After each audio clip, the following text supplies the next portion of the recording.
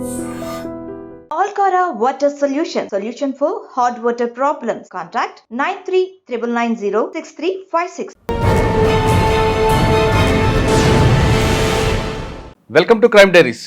ఈ వారం మన గెస్ట్ కబ్జాకు గురైన కోట్లాది రూపాయలు విలువ చేసే అటవీ శాఖ భూమిని తిరిగి సంపాదించడమే కాకుండా తమ డిపార్ట్మెంట్లో కూడా గ్యాలంటరీ అవార్డులు ఇవ్వాలంటూ కేంద్ర ప్రభుత్వానికి లెటర్ రాసిన డైరింగ్ ఆఫీసర్ పేరు డివి రెడ్డి గారు, డిప్యూటీ కన్జర్వేటర్, తెలంగాణ ప్రభుత్వం.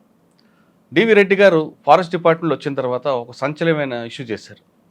మిగతా డిపార్ట్మెంట్ అంటే యూనిఫామ్ సర్వీసులు ఏ విధంగా అయితే ప్రభుత్వం, కేంద్ర ప్రభుత్వం కానీ రాష్ట్ర ప్రభుత్వాలు కూడా వాళ్ళందరికీ గ్యాలంటరీ అవార్డులు ఇస్తుందో, తమ డిపార్ట్మెంట్లో కూడా ఆ విధంగా పనిచేసే వాళ్ళు గుర్తించి వాళ్ళకి కూడా గ్యాలంటరీ అవార్డులు ఇవ్వాలంటూ ఇటీవల కేంద్ర ప్రభుత్వం లెటర్ రాశారు. ఆ లెటర్కి వెంటనే స్పందించిన కేంద్ర ప్రభుత్వం ఇది పరిశీలించాలంటూ అన్ని రాష్ట్ర ప్రభుత్వాలు రాయడం వెనక ఆ సక్సెస్కి డివి రెడ్డి గారికి చెందుతుందన్న విషయం తెలుస్తుంది. ఇది ఒక్కటే కాకుండా డిపార్ట్మెంట్లో ఆయన గతంలో పనిచేసిన వికారాబాద్లో కోట్లాది రూపాయల విలువైన కబ్జా భూమిని, ఫారెస్ట్ భూమిని కబ్జా చేశారు. ఆ కబ్జాను అడ్డుకున్నందుకు అతనికి ప్రభుత్వం బదిలీ కూడా చేసింది. అటువంటి ఆప్షన్ పరిశీలించేసిన ఈ లెటర్ రాయడం వెనక ఉద్దేశం ఏంటో ఆయన తెలుసుకుందాం. సార్ నమస్తే అండి. నమస్కారం. మీకు కంగ్రాట్స్ అండి. ఎందుకంటే మిగతా డిపార్ట్మెంట్లు ఏ విధంగా కష్టపడుతున్నాయో మీ డిపార్ట్మెంట్ కూడా అదే విధంగా కష్టపడుతుంటుంది. కానీ గ్యాలంటరీ అవార్డు విషయంలో మాత్రం కొంచెం అది ఎందుకో వెనకబడి ఉంటుంది. మీరు దానికి లెటర్ రాయడం, మా డిపార్ట్మెంట్ కూడా ఎందుకు ఇవ్వకూడదు అని రాయడం, దాని వెంటనే సెంట్రల్ గవర్నమెంట్ కూడా స్పందించి మిగతా రాష్ట్ర ప్రభుత్వం పరిశీలించాలంటూ కూడా వాళ్ళు కూడా లెటర్ రాయడం వెనుక ఆ సక్సెస్కి మీదే అనుకోవచ్చు. అంటే అది ఇంప్లిమెంట్ అవుతుందా లేదా అనేది పక్కన పెడితే ముందైతే వాళ్ళు కదలికి వచ్చింది. దీని వెనక ఉద్దేశం ఏంటితో పాటు ఇటీవల వికారాబాద్లో మీరు చేసిన ఒక వ్యవహారంలో ఫారెస్ట్ భూమిని కబ్జా చేయడం వెనక వాళ్ళు ఎవరెవరు ఉన్నారు, వాళ్ళు అడ్డుకోవడం, దానికి ప్రభుత్వం కూడా మీకు గిఫ్ట్గా ఒక ట్రాన్స్ఫర్ చేయడం అనేది కూడా ఒక సంచలనమైంది. ఈ రెండింటితో పాటు ముఖ్యంగా చెప్పాలంటే ఇప్పుడు ఏ విధంగా అయితే గ్యాలంటరీ అవార్డులు ఇవ్వాలంటూ మీ లెటర్, ఒక సెంట్రల్ గవర్నమెంట్ లెటర్ రాశారు, అదేవిధంగా ఫారెస్ట్ డిపార్ట్మెంట్ ఎప్పటి నుంచో పెండింగ్ ఒక ఇష్యూ ఉందండి. బీట్ ఆఫీసర్స్కి, కొంతమంది ఆఫీసర్స్కి వెపన్స్ ఇవ్వాలని. ఆ ఇష్యూలో కూడా మీరు ఏమైనా లెటర్ రాస్తారా, దానికోసం కూడా పోరాటం చేస్తారా, ఒకసారి చెప్పండి. ముందుగా ఐ డ్రీమ్ ప్రేక్షకులందరికీ నమస్కారాలండి. Thank you. అదేవిధంగా ముఖ్యంగా మురళీధర్ గారు మమ్మల్ని గుర్తించి ఇక్కడ పిలవడం అనేది చాలా మురళీధర్ గారు క్రెడిట్ కాదండి, మీరు చేసిన వర్క్ ఇక్కడ తీసుకొచ్చింది. ఓకేనండి. Anyway I'm very much thankful to the I dream ప్రేక్షకులు. అయితే మీ అందరికీ తెలుసు ఫారెస్ట్ డిపార్ట్మెంట్ కూడా యూనిఫామ్ సర్వీస్ డిపార్ట్మెంట్. ఇప్పుడు మిగతా అదర్ డిపార్ట్మెంట్స్ ఏదైతే యూనిఫామ్ సర్వీస్ డిపార్ట్మెంట్స్ ఉన్నాయో దాంతోపాటు ఫారెస్ట్ కూడా అదే విధంగా ఉంటుంది. Plus we're called as a paramilitary department, అంటే పారామిలిటరీ ఫోర్స్ కింద మమ్మల్ని అంటారు. అయితే మీరు చూస్తే కనుక ఎవ్రీ ఇండిపెండెన్స్ డే రోజు కానీ లేదా రిపబ్లిక్ డే రోజు కానీ కొన్ని డిపార్ట్మెంట్స్కి, ముఖ్యంగా ఈ యూనిఫామ్ సర్వీస్ డిపార్ట్మెంట్స్కి గ్యాలంటరీ అవార్డ్స్ అనౌన్స్ చేయడం జరుగుతుంది. ఈ అవార్డ్స్ అనేది రావటం అనేది ఎవరికైనా కూడా వ్యక్తిగతంగా కానీ డిపార్ట్మెంట్ పరంగా కానీ చాలా ఉత్సాహాన్ని ఇస్తుంది. మనం చేసిన మంచి పనులు అంటే కరేజెస్ పనులు కానివ్వండి, నలుగురికి ఉపయోగపడే పనులు కానివ్వండి, ఈ యాక్టివిటీస్ అన్నీ కూడా మనకి తెలియపరిస్తే మనకి గుర్తింపు వస్తుంది. ఈ గుర్తింపు వచ్చినప్పుడు మనకి ఏంటంటే రెట్టింపు ఉత్సాహం వస్తుంది. ఈ రెట్టింపు ఉత్సవంతో మనిషి చేసే పని కంటే కూడా డబల్ చేయడానికి అవకాశం ఉంటుంది. ఈ పరంగా ముఖ్యంగా యూనిఫామ్ సర్వీస్ డిపార్ట్మెంట్లో అన్ని శాఖలకి ఈ గ్యాలంటరీ అవార్డ్స్ అనౌన్స్ చేయడం జరుగుతుంది. కానీ వేరే ఫారెస్ట్ డిపార్ట్మెంట్కి ఈ మధ్య అది ఇచ్చిన దాఖలైతే ఎక్కడ లేవు. గత 10 to 15 years కూడా ఎక్కడ నేషనల్ లెవెల్లో కానీ స్టేట్ లెవెల్లో కానీ ఎక్కడ వచ్చినట్టుగా ఎక్కడ కనపడలేదు. అయితే ఉమ్మడి ఆంధ్రప్రదేశ్లో మాత్రం మిగతా యూనిఫామ్ సర్వీస్ డిపార్ట్మెంట్స్తో పాటు రాష్ట్ర స్థాయిలో మా డిపార్ట్మెంట్ కూడా అవార్డ్స్ కొన్ని రావటం జరిగింది. కానీ ఆ తదుపరి కార్యక్రమంలో ఎక్కడ కూడా ఫారెస్ట్ డిపార్ట్మెంట్ని గుర్తించి ఇచ్చిన సందర్భాలు లేవు. ఈ సందర్భంలో మీకు ఒక విషయం నేను చెప్పదలుచుకున్నాను. మన దేశం సరిహద్దులలో సైనికులు అంటే let it be air force కానివ్వండి, నేవీ కానివ్వండి, ఆర్మీ కానివ్వండి, వీళ్ళు చాలా చాకచక్యంతో వాళ్ళ ప్రతిభ కనపరుస్తూ వెపన్స్తోని చలి అనుకుంటా, వర్షం అనుకుంటా, ఎండ అనుకుంటా కష్టపడి మన దేశాన్ని రక్షిస్తుంటారు. మనం అటువంటి సైనికుల్ని మనం చాలా గొప్పగా చెప్పుకుంటాం. అదేవిధంగా కంట్రీ లోపల పోలీస్ డిపార్ట్మెంట్ వాళ్ళు లా అండ్ ఆర్డర్ని కంట్రోల్ చేస్తూ చాలా చక్కగా వెపన్స్తోని నైపుణ్యంగా కష్టపడి పనిచేస్తారు. వాళ్ళని కూడా మనం సైనికుల్లా గుర్తించి వాళ్ళ గురించి కూడా మనం గొప్పగా చెప్తాం. But whereas forest department 25% of the geographical area, దేశంలో ఉన్న జియోగ్రఫికల్ ఏరియాలో 25% ఫారెస్ట్ డిపార్ట్మెంట్ ఆధీనంలో ఉన్నది. అదేవిధంగా మన తెలంగాణ రాష్ట్రానికి వస్తే 23% ఆఫ్ ది ల్యాండ్ మన కంట్రోల్లో ఉన్నది. అటువంటి ల్యాండ్ని కస్టోడియన్స్గా ఫారెస్ట్ డిపార్ట్మెంట్లో పనిచేస్తున్న సిబ్బంది ఉంటుంది. దీంట్లో జరిగే ప్రతి ఒక్క ప్రక్రియ, ప్రతి ఒక్క యాక్టివిటీ దానికి రెస్పాన్సిబుల్ ఫారెస్ట్ డిపార్ట్మెంట్. అలా మంచి జరిగినా చెడు జరిగినా దీనికి రెస్పాన్సిబిలిటీ ఫారెస్ట్ డిపార్ట్మెంట్. ఎప్పుడు అడవులు ప్లేన్గా ఉండవు, వర్రెలు, వంకలు లేదా గుట్టలు, రాళ్ళు, రప్పలు ఇంటీరియర్ ఏరియాస్లో ఉంటాయండి. దీని మీద మనం డ్యూటీ చేయాలంటే అంత ఈజీ కాదు. లోపలికి ఫారెస్ట్ లోపలికి పోవాలంటే చాలా కష్టసాధ్యం. ప్రతి చోట కూడా జీపబుల్ కాదు, ప్రతి చోట 2-వీలర్ పోదు. పోయినప్పుడు కూడా మనం ఫుట్ పెట్రోలింగ్ చేయాలి. ఫుట్ పెట్రోలింగ్ చేసేటప్పుడు ఒక్క మనిషి, ఒక్క forest beat officer 25 square kilometres ఏరియానికి కస్టోడియన్గా ఉంటాడు. అంటే ఒక ఏరియాలో deep into the forest area పోవాలంటే ఏదైనా సమాచారం వచ్చినప్పుడు ఆ బీట్ ఆఫీసరు సంబంధించిన రేంజ్ ఆఫీసర్కి ఇన్ఫార్మ్ చేసి గ్రూప్ ఆఫ్ పీపుల్ని గ్యాదర్ చేసుకొని, లేదా అంటే అత్యవసరంగా ఉన్నదనుకుంటే అతను ఒక్కడే, అతనితో పాటు అసిస్టెంట్ బీట్ ఆఫీసర్ అనే వ్యక్తి ఉంటాడు, అతన్ని తీసుకొని ఫారెస్ట్లో పోతాడు. అది కూడా కర్రలు పట్టుకొని ఎప్పుడు కూడా అతను లోకల్ వాచర్స్ ఉంటారు, లోకల్ సరౌండింగ్ విలేజెస్లలో కొంతమంది వాచర్లు పనిచేస్తుంటారు. మా దగ్గర అంటే మాకు ఇన్ఫార్మర్స్గా పనిచేస్తుంటారు. వాళ్ళని తీసుకొని వాళ్ళతో పాటు కర్ర ఒకటి, బిలువుకు అంటే కత్తి లాంటిది ఒకటి తీసుకొని ఫారెస్ట్లో పోతారు. ఫారెస్ట్లో పోయినప్పుడు ఏ విధంగా అటాక్ చేస్తుందో తెలియదు. ఏ మూల నుంచైనా, అంటే పులి ప్రాంతంలో పులి అయినా రావచ్చు, చిరుత పులి అయినా రావచ్చు, ఎలుగుబంటి అయినా రావచ్చు, అడవి పంది అయినా రావచ్చు, ఎటువంటి అయినా మీద రావచ్చు, లేదా పాములైనా ఉండొచ్చు. వీటన్నిటి కూడా తట్టుకొని ఏమీ వెపన్స్ లేకుండా అతను కేవలము అతని మీద ఉన్న నమ్మకంతోనే, అతనికి సెల్ఫ్ కాన్ఫిడెన్స్ ఏదైతే ఉన్నదో ఈ సెల్ఫ్ కాన్ఫిడెన్స్తోనే ఫారెస్ట్ లోపలికి పోతారు. అది ఆడ మగగాని కానీ. మా దగ్గర చాలా మంది ఫీమేల్ ఆఫీసర్లు పనిచేస్తున్నారు. వాళ్ళు ఫారెస్ట్ బీట్ ఆఫీసర్ నుంచి ఐఎఫ్ఎస్ ఆఫీసర్ దాకా అందరూ పనిచేస్తున్నారు. వీళ్ళందరూ కూడా సేమ్ ఇటువంటి యాక్టివిటీసే చేయడం జరుగుతుంటుంది. ఇంత లోపలికి పోయి కష్టపడి పనిచేస్తున్నాము. దాని మీద ఆ పనిచేసే క్రమంలో ఎంతోమందికి ఇంజరీస్ జరుగుతాయి. పార్షల్గా చేతులు పోవటం, కాళ్ళు పోవటం ఇటువంటివి జరుగుతుంటాయి, లేదంటే హెడ్ ఇంజరీస్ జరుగుతుంటాయి. ఎలుగుబంట్లు అటాకుల వల్ల హెడ్ ఇంజరీస్ జరుగుతాయి.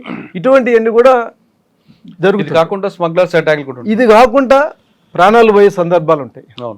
ఇదేమో అడవి జంతువుల గురించి మనకు వచ్చే ఆపద. ఇంకొకటి అనుకోకుండా స్మగ్లర్స్ ఆల్రెడీ అక్కడికి పోయి ఉంటారు, వాల్యుబుల్ టింబర్ని ఎక్స్ట్రాక్ట్ చేస్తుంటారు. సో మనం అనుకోకుండా మనం పోయిన పర్పస్ డిఫరెంట్. ఇక్కడ మనకు అనుకోకుండా వాళ్ళకి తారసపడతారు, వాళ్ళని ఆపాలని ఆలోచన ఉంటుంది, కానీ ఆపగలిగే శక్తి మన దగ్గర ఉండదు. సో ఆ టైంలో టస్సలు అవుతుంది, మనకి వాళ్ళకి కొన్ని గొడవలు అవుతాయి. ఆ గొడవలలో మన దగ్గర ఏముండదు. చాలా తక్కువ మంది మన చట్టం చూసి, మన యూనిఫామ్ చూసి భయపడతారు. మెజారిటీ ఆఫ్ ది పీపుల్ భయపడరు. ఆ క్రమంగా మన మీద అటాకులు అవుతాయి. శ్రీనివాసరావు గారు లాంటి ఇటువంటి అటాకులు నాట్ ఓన్లీ ఇక్కడ కాదండి, ఎన్నో ప్లేస్లో. ఫర్ ఎగ్జాంపుల్ అచ్చంపేట కొన్ని సంవత్సరాల క్రితం అచ్చంపేటలో ఒక ఎలుగుబంటి అటాక్లో ఒక ఫారెస్ట్ గార్డ్ చనిపోవడం జరిగింది. అదేవిధంగా కాగజ్నగర్ ఎంక్రోచ్మెంట్ని చూడటానికి పోయినప్పుడు అక్కడ అనిత అనే ఫారెస్ట్ రేంజ్ ఆఫీసర్ని కూడా ఒక ఫీమేల్ ఆఫీసర్, మీరు చూశారు, ఫోటోలో చూశారు లేదా టీవీలో చూశారు, 2 చేతులు అడ్డం పెట్టుకొని వాళ్ళ కర్రలతో కొడుతున్నప్పుడు ఆపడం జరిగింది. అంటే దట్ ఇట్ సెల్ఫ్ ఈజ్ అంటే చాలా ఎమోషనల్గా చాలా కనెక్ట్ అయింది చాలామంది పబ్లిక్. అది ఒక లేడీ ఆఫీసర్ ఇంత కరేజియస్గా మనం పనిచేస్తున్నప్పుడు కొంతమంది ఎవరైతే ఎంక్రోచర్స్, ఒక గ్యాంగ్ వచ్చి మీద అటాక్ పడ్డప్పుడు ఎవరేం చేయలేకపోయారు, ఆపలేకపోయినారు. She was injured. సో అదేవిధంగా అంతకంటే గొప్పగా పనిచేసిన శ్రీనివాసరావు గారు ఫారెస్ట్ రేంజ్ ఆఫీసర్ ఖమ్మం డిస్టిక్లో పనిచేస్తున్నప్పుడు అతను కేవలము ఇన్స్పెక్షన్ రూపంలో పోవడం జరిగింది. ఇన్స్పెక్షన్ చేద్దామని వెళ్ళటం జరిగింది. అనుకోకుండా అక్కడున్న గుత్తి కొయ్యలు అతని మీద అంతకుముందు జరిగిన కొన్ని విషయాలలో కక్ష పెట్టుకొని అతను అటాక్ చేయడం జరిగింది. ఆ అటాక్లో అతని ప్రాణాలు కూడా కోల్పోవడం జరిగింది. మరి ఇంత విధిగా ప్రాణాలు కానీ లేదా ఇంజరీస్ కానీ జరుగుతున్నప్పుడు ఫారెస్ట్ డిపార్ట్మెంట్ పీపుల్ని ఎందుకు నేషనల్ లెవెల్లో గుర్తించలేకపోతున్నారు? ఈ పాయింట్ ఆఫ్ యాంగిల్లో నాకు చిన్న ఆలోచన వచ్చింది. ఎందుకు మనం ఇంత కష్టపడుతున్నాము, ఇది మనం పార్ట్ ఆఫ్ ది డ్యూటీ, మనకి జీతం ఇస్తున్నారు, ఎస్ కష్టపడుతున్నాం, కానీ ప్రాణాలు తెగించి ఉద్యోగం చేస్తున్నాం కదా. చాలామంది ప్రాణాలు పోకపోవచ్చు, కానీ ఇంజనీర్స్ అయినారు. వాళ్ళు ఫ్యామిలీస్ని ఇంటి దగ్గర వదిలిపెట్టేసి మనం ఉద్యోగం చేస్తున్నాం. ఈ క్రమంగా మనకెందుకు వీళ్ళు గుర్తింపు లేదనే పాయింట్లో నాకు ఆలోచన వచ్చింది. వెంటనే ప్రైమ్ మినిస్టర్ గారికి, గౌరవ ప్రధానమంత్రి గారికి ఒక లెటర్ అడ్రస్ చేయడం జరిగింది. మాకు ఫారెస్ట్ డిపార్ట్మెంట్ ఏ విధంగా యాక్టివిటీస్ చేస్తాము, ఏ విధంగా కష్ట నష్టాలు ఉన్నాయి, ఏ విధంగా చేస్తే ఏ విధంగా మాకు అవుట్కమ్ వస్తుంది అనే పాయింట్లో ఆలోచన చేసి ఒక లెటర్ డ్రాఫ్టింగ్ పంపడం జరిగింది. ఇమీడియట్గా గౌరవ ప్రధానమంత్రి గారి దగ్గర వాళ్ళ ఆఫీస్ నుంచి కూడా నాకు ఇమీడియట్ రిప్లై కూడా రావడం జరిగింది ఒక 2 months గ్యాప్లో. దాన్ని కూడా సంబంధించిన అన్ని రాష్ట్రాలకు అడ్రస్ చేస్తూ ఇట్లా పలాని individual one of the forest officer from the Telangana state has written a letter to us. ఈ పాయింట్లో ఆమెలో రాశారు కాబట్టి దీని మీద మీరు ఎగ్జామిన్ చేసి necessary action may be taken at your end అని చెప్పి ఒక పాజిటివ్ వేలో అది లెటర్ మనకు రావడం జరిగింది. దీని ద్వారా సంబంధించిన హెచ్ఓడీస్, డిఫరెంట్ స్టేట్స్లో ఉన్న హెచ్ఓడీస్ దీని ద్వారా సంబంధించిన రెస్పెక్టివ్ స్టేట్ గవర్నమెంట్స్కి కానీ లేదంటే గవర్నమెంట్ ఆఫ్ ఇండియాకి కానీ ఒక లెటర్ రూపంలో రాసి మనకి ఇక నుంచి మన ప్రపోజల్స్ ఖచ్చితంగా పంపించి మన ఫారెస్ట్ డిపార్ట్మెంట్ వాళ్ళకు కూడా ఈ యొక్క గ్యాలంటరీ అవార్డ్స్ వచ్చేటట్టుగా ప్రయత్నం చేస్తారని చెప్పి ఈ లెటర్ ద్వారా మనకు ఒక ఉపయోగకరమైన వాతావరణం ఏర్పడిందని చెప్పి నేను భావిస్తున్నాను. ఓకే, అంటే ఇన్ని 3 ఇన్సిడెంట్లు చూసిన తర్వాత మీలో ఒక చిన్న కదలిక వచ్చింది, మనకెందుకు రాకూడదు అనే ఉద్దేశంతో. ఇది from the beginning of my initial stage. ఓహో, నేను I'm from science school Korukonda. నా background is from science school Korukonda. It is a military school. So నాకు ఏంటంటే యాక్చువల్గా నాకు పైలట్ అవుదామని చెప్పి నాకు బాగా కోరిక ఉండేది. సైన్స్ స్కూల్ కోరుకొండ ఒక ముఖ్య ఉద్దేశం to join in national defence academy. అవును, నేషనల్ డిఫెన్స్ అకాడమీ పోవాలంటే మాకు సర్వీస్ సెలక్షన్ బోర్డులో నాకు SSB ఇంటర్వ్యూ ఉంటుంది. ఇంటర్వ్యూ కూడా అటెంప్టెడ్ 2 times వెళ్ళాను. బట్ కొన్ని కారణాల వల్ల నేను సెలెక్ట్ కాలేకపోయినాను. కానీ నాకు బాగా దీని మీద బాగా ఉన్నది ఆలోచన, ఏదంటే పైలట్ కావాలని చెప్పి బాగా కోరుకున్నది. దాని తర్వాత నేను బయటకు రావటము, మాస్టర్ ఆఫ్ బిజినెస్ అడ్మినిస్ట్రేషన్ చేయటం, దాని తర్వాత మార్కెటింగ్ ఎగ్జిక్యూటివ్గా చేయటం జరిగింది. చేస్తున్న క్రమంలో నాకు ఈ యూనిఫామ్ సర్వీస్ డిపార్ట్మెంట్స్ అంటే కొద్దిగా ఇంట్రెస్ట్ అండి. లైక్ పోలీస్ కానీ ఫారెస్ట్ కానీ ఈ 2 డిపార్ట్మెంట్స్ మీద నాకు ఒక ఇంట్రెస్ట్ బాగున్నది. సో నాకు ఆ సందర్భంలో నాకు forest range officer notification APPS ద్వారా నోటిఫికేషన్ వచ్చింది. వే బ్యాక్ ఇన్ 93లో వచ్చింది. దాన్ని రాయటం జరిగింది. అటెంప్ట్ చేసిన తర్వాత I got selected. From the day 1 అంటే నేను యూనిఫామ్ వేసుకున్న రోజు నుంచి ట్రైనింగ్ వెళ్ళాను. మా ట్రైనింగ్ వచ్చేసి 2 years ట్రైనింగ్ ఉంటుందండి. నా ట్రైనింగ్ వచ్చి గుజరాత్ రాజ్పిప్లాలో కాలేజీలో ఉన్నది. కాలేజీలో కూడా పోయిన దగ్గర నుంచి కూడా నాకు ప్రశ్నించడం అనేది చాలా interest. I will always just questioning the people. అంటే ఒక తప్పు జరుగుతుంటే ఆ తప్పుని వెంబడే క్వశ్చన్ చేస్తుంటాను.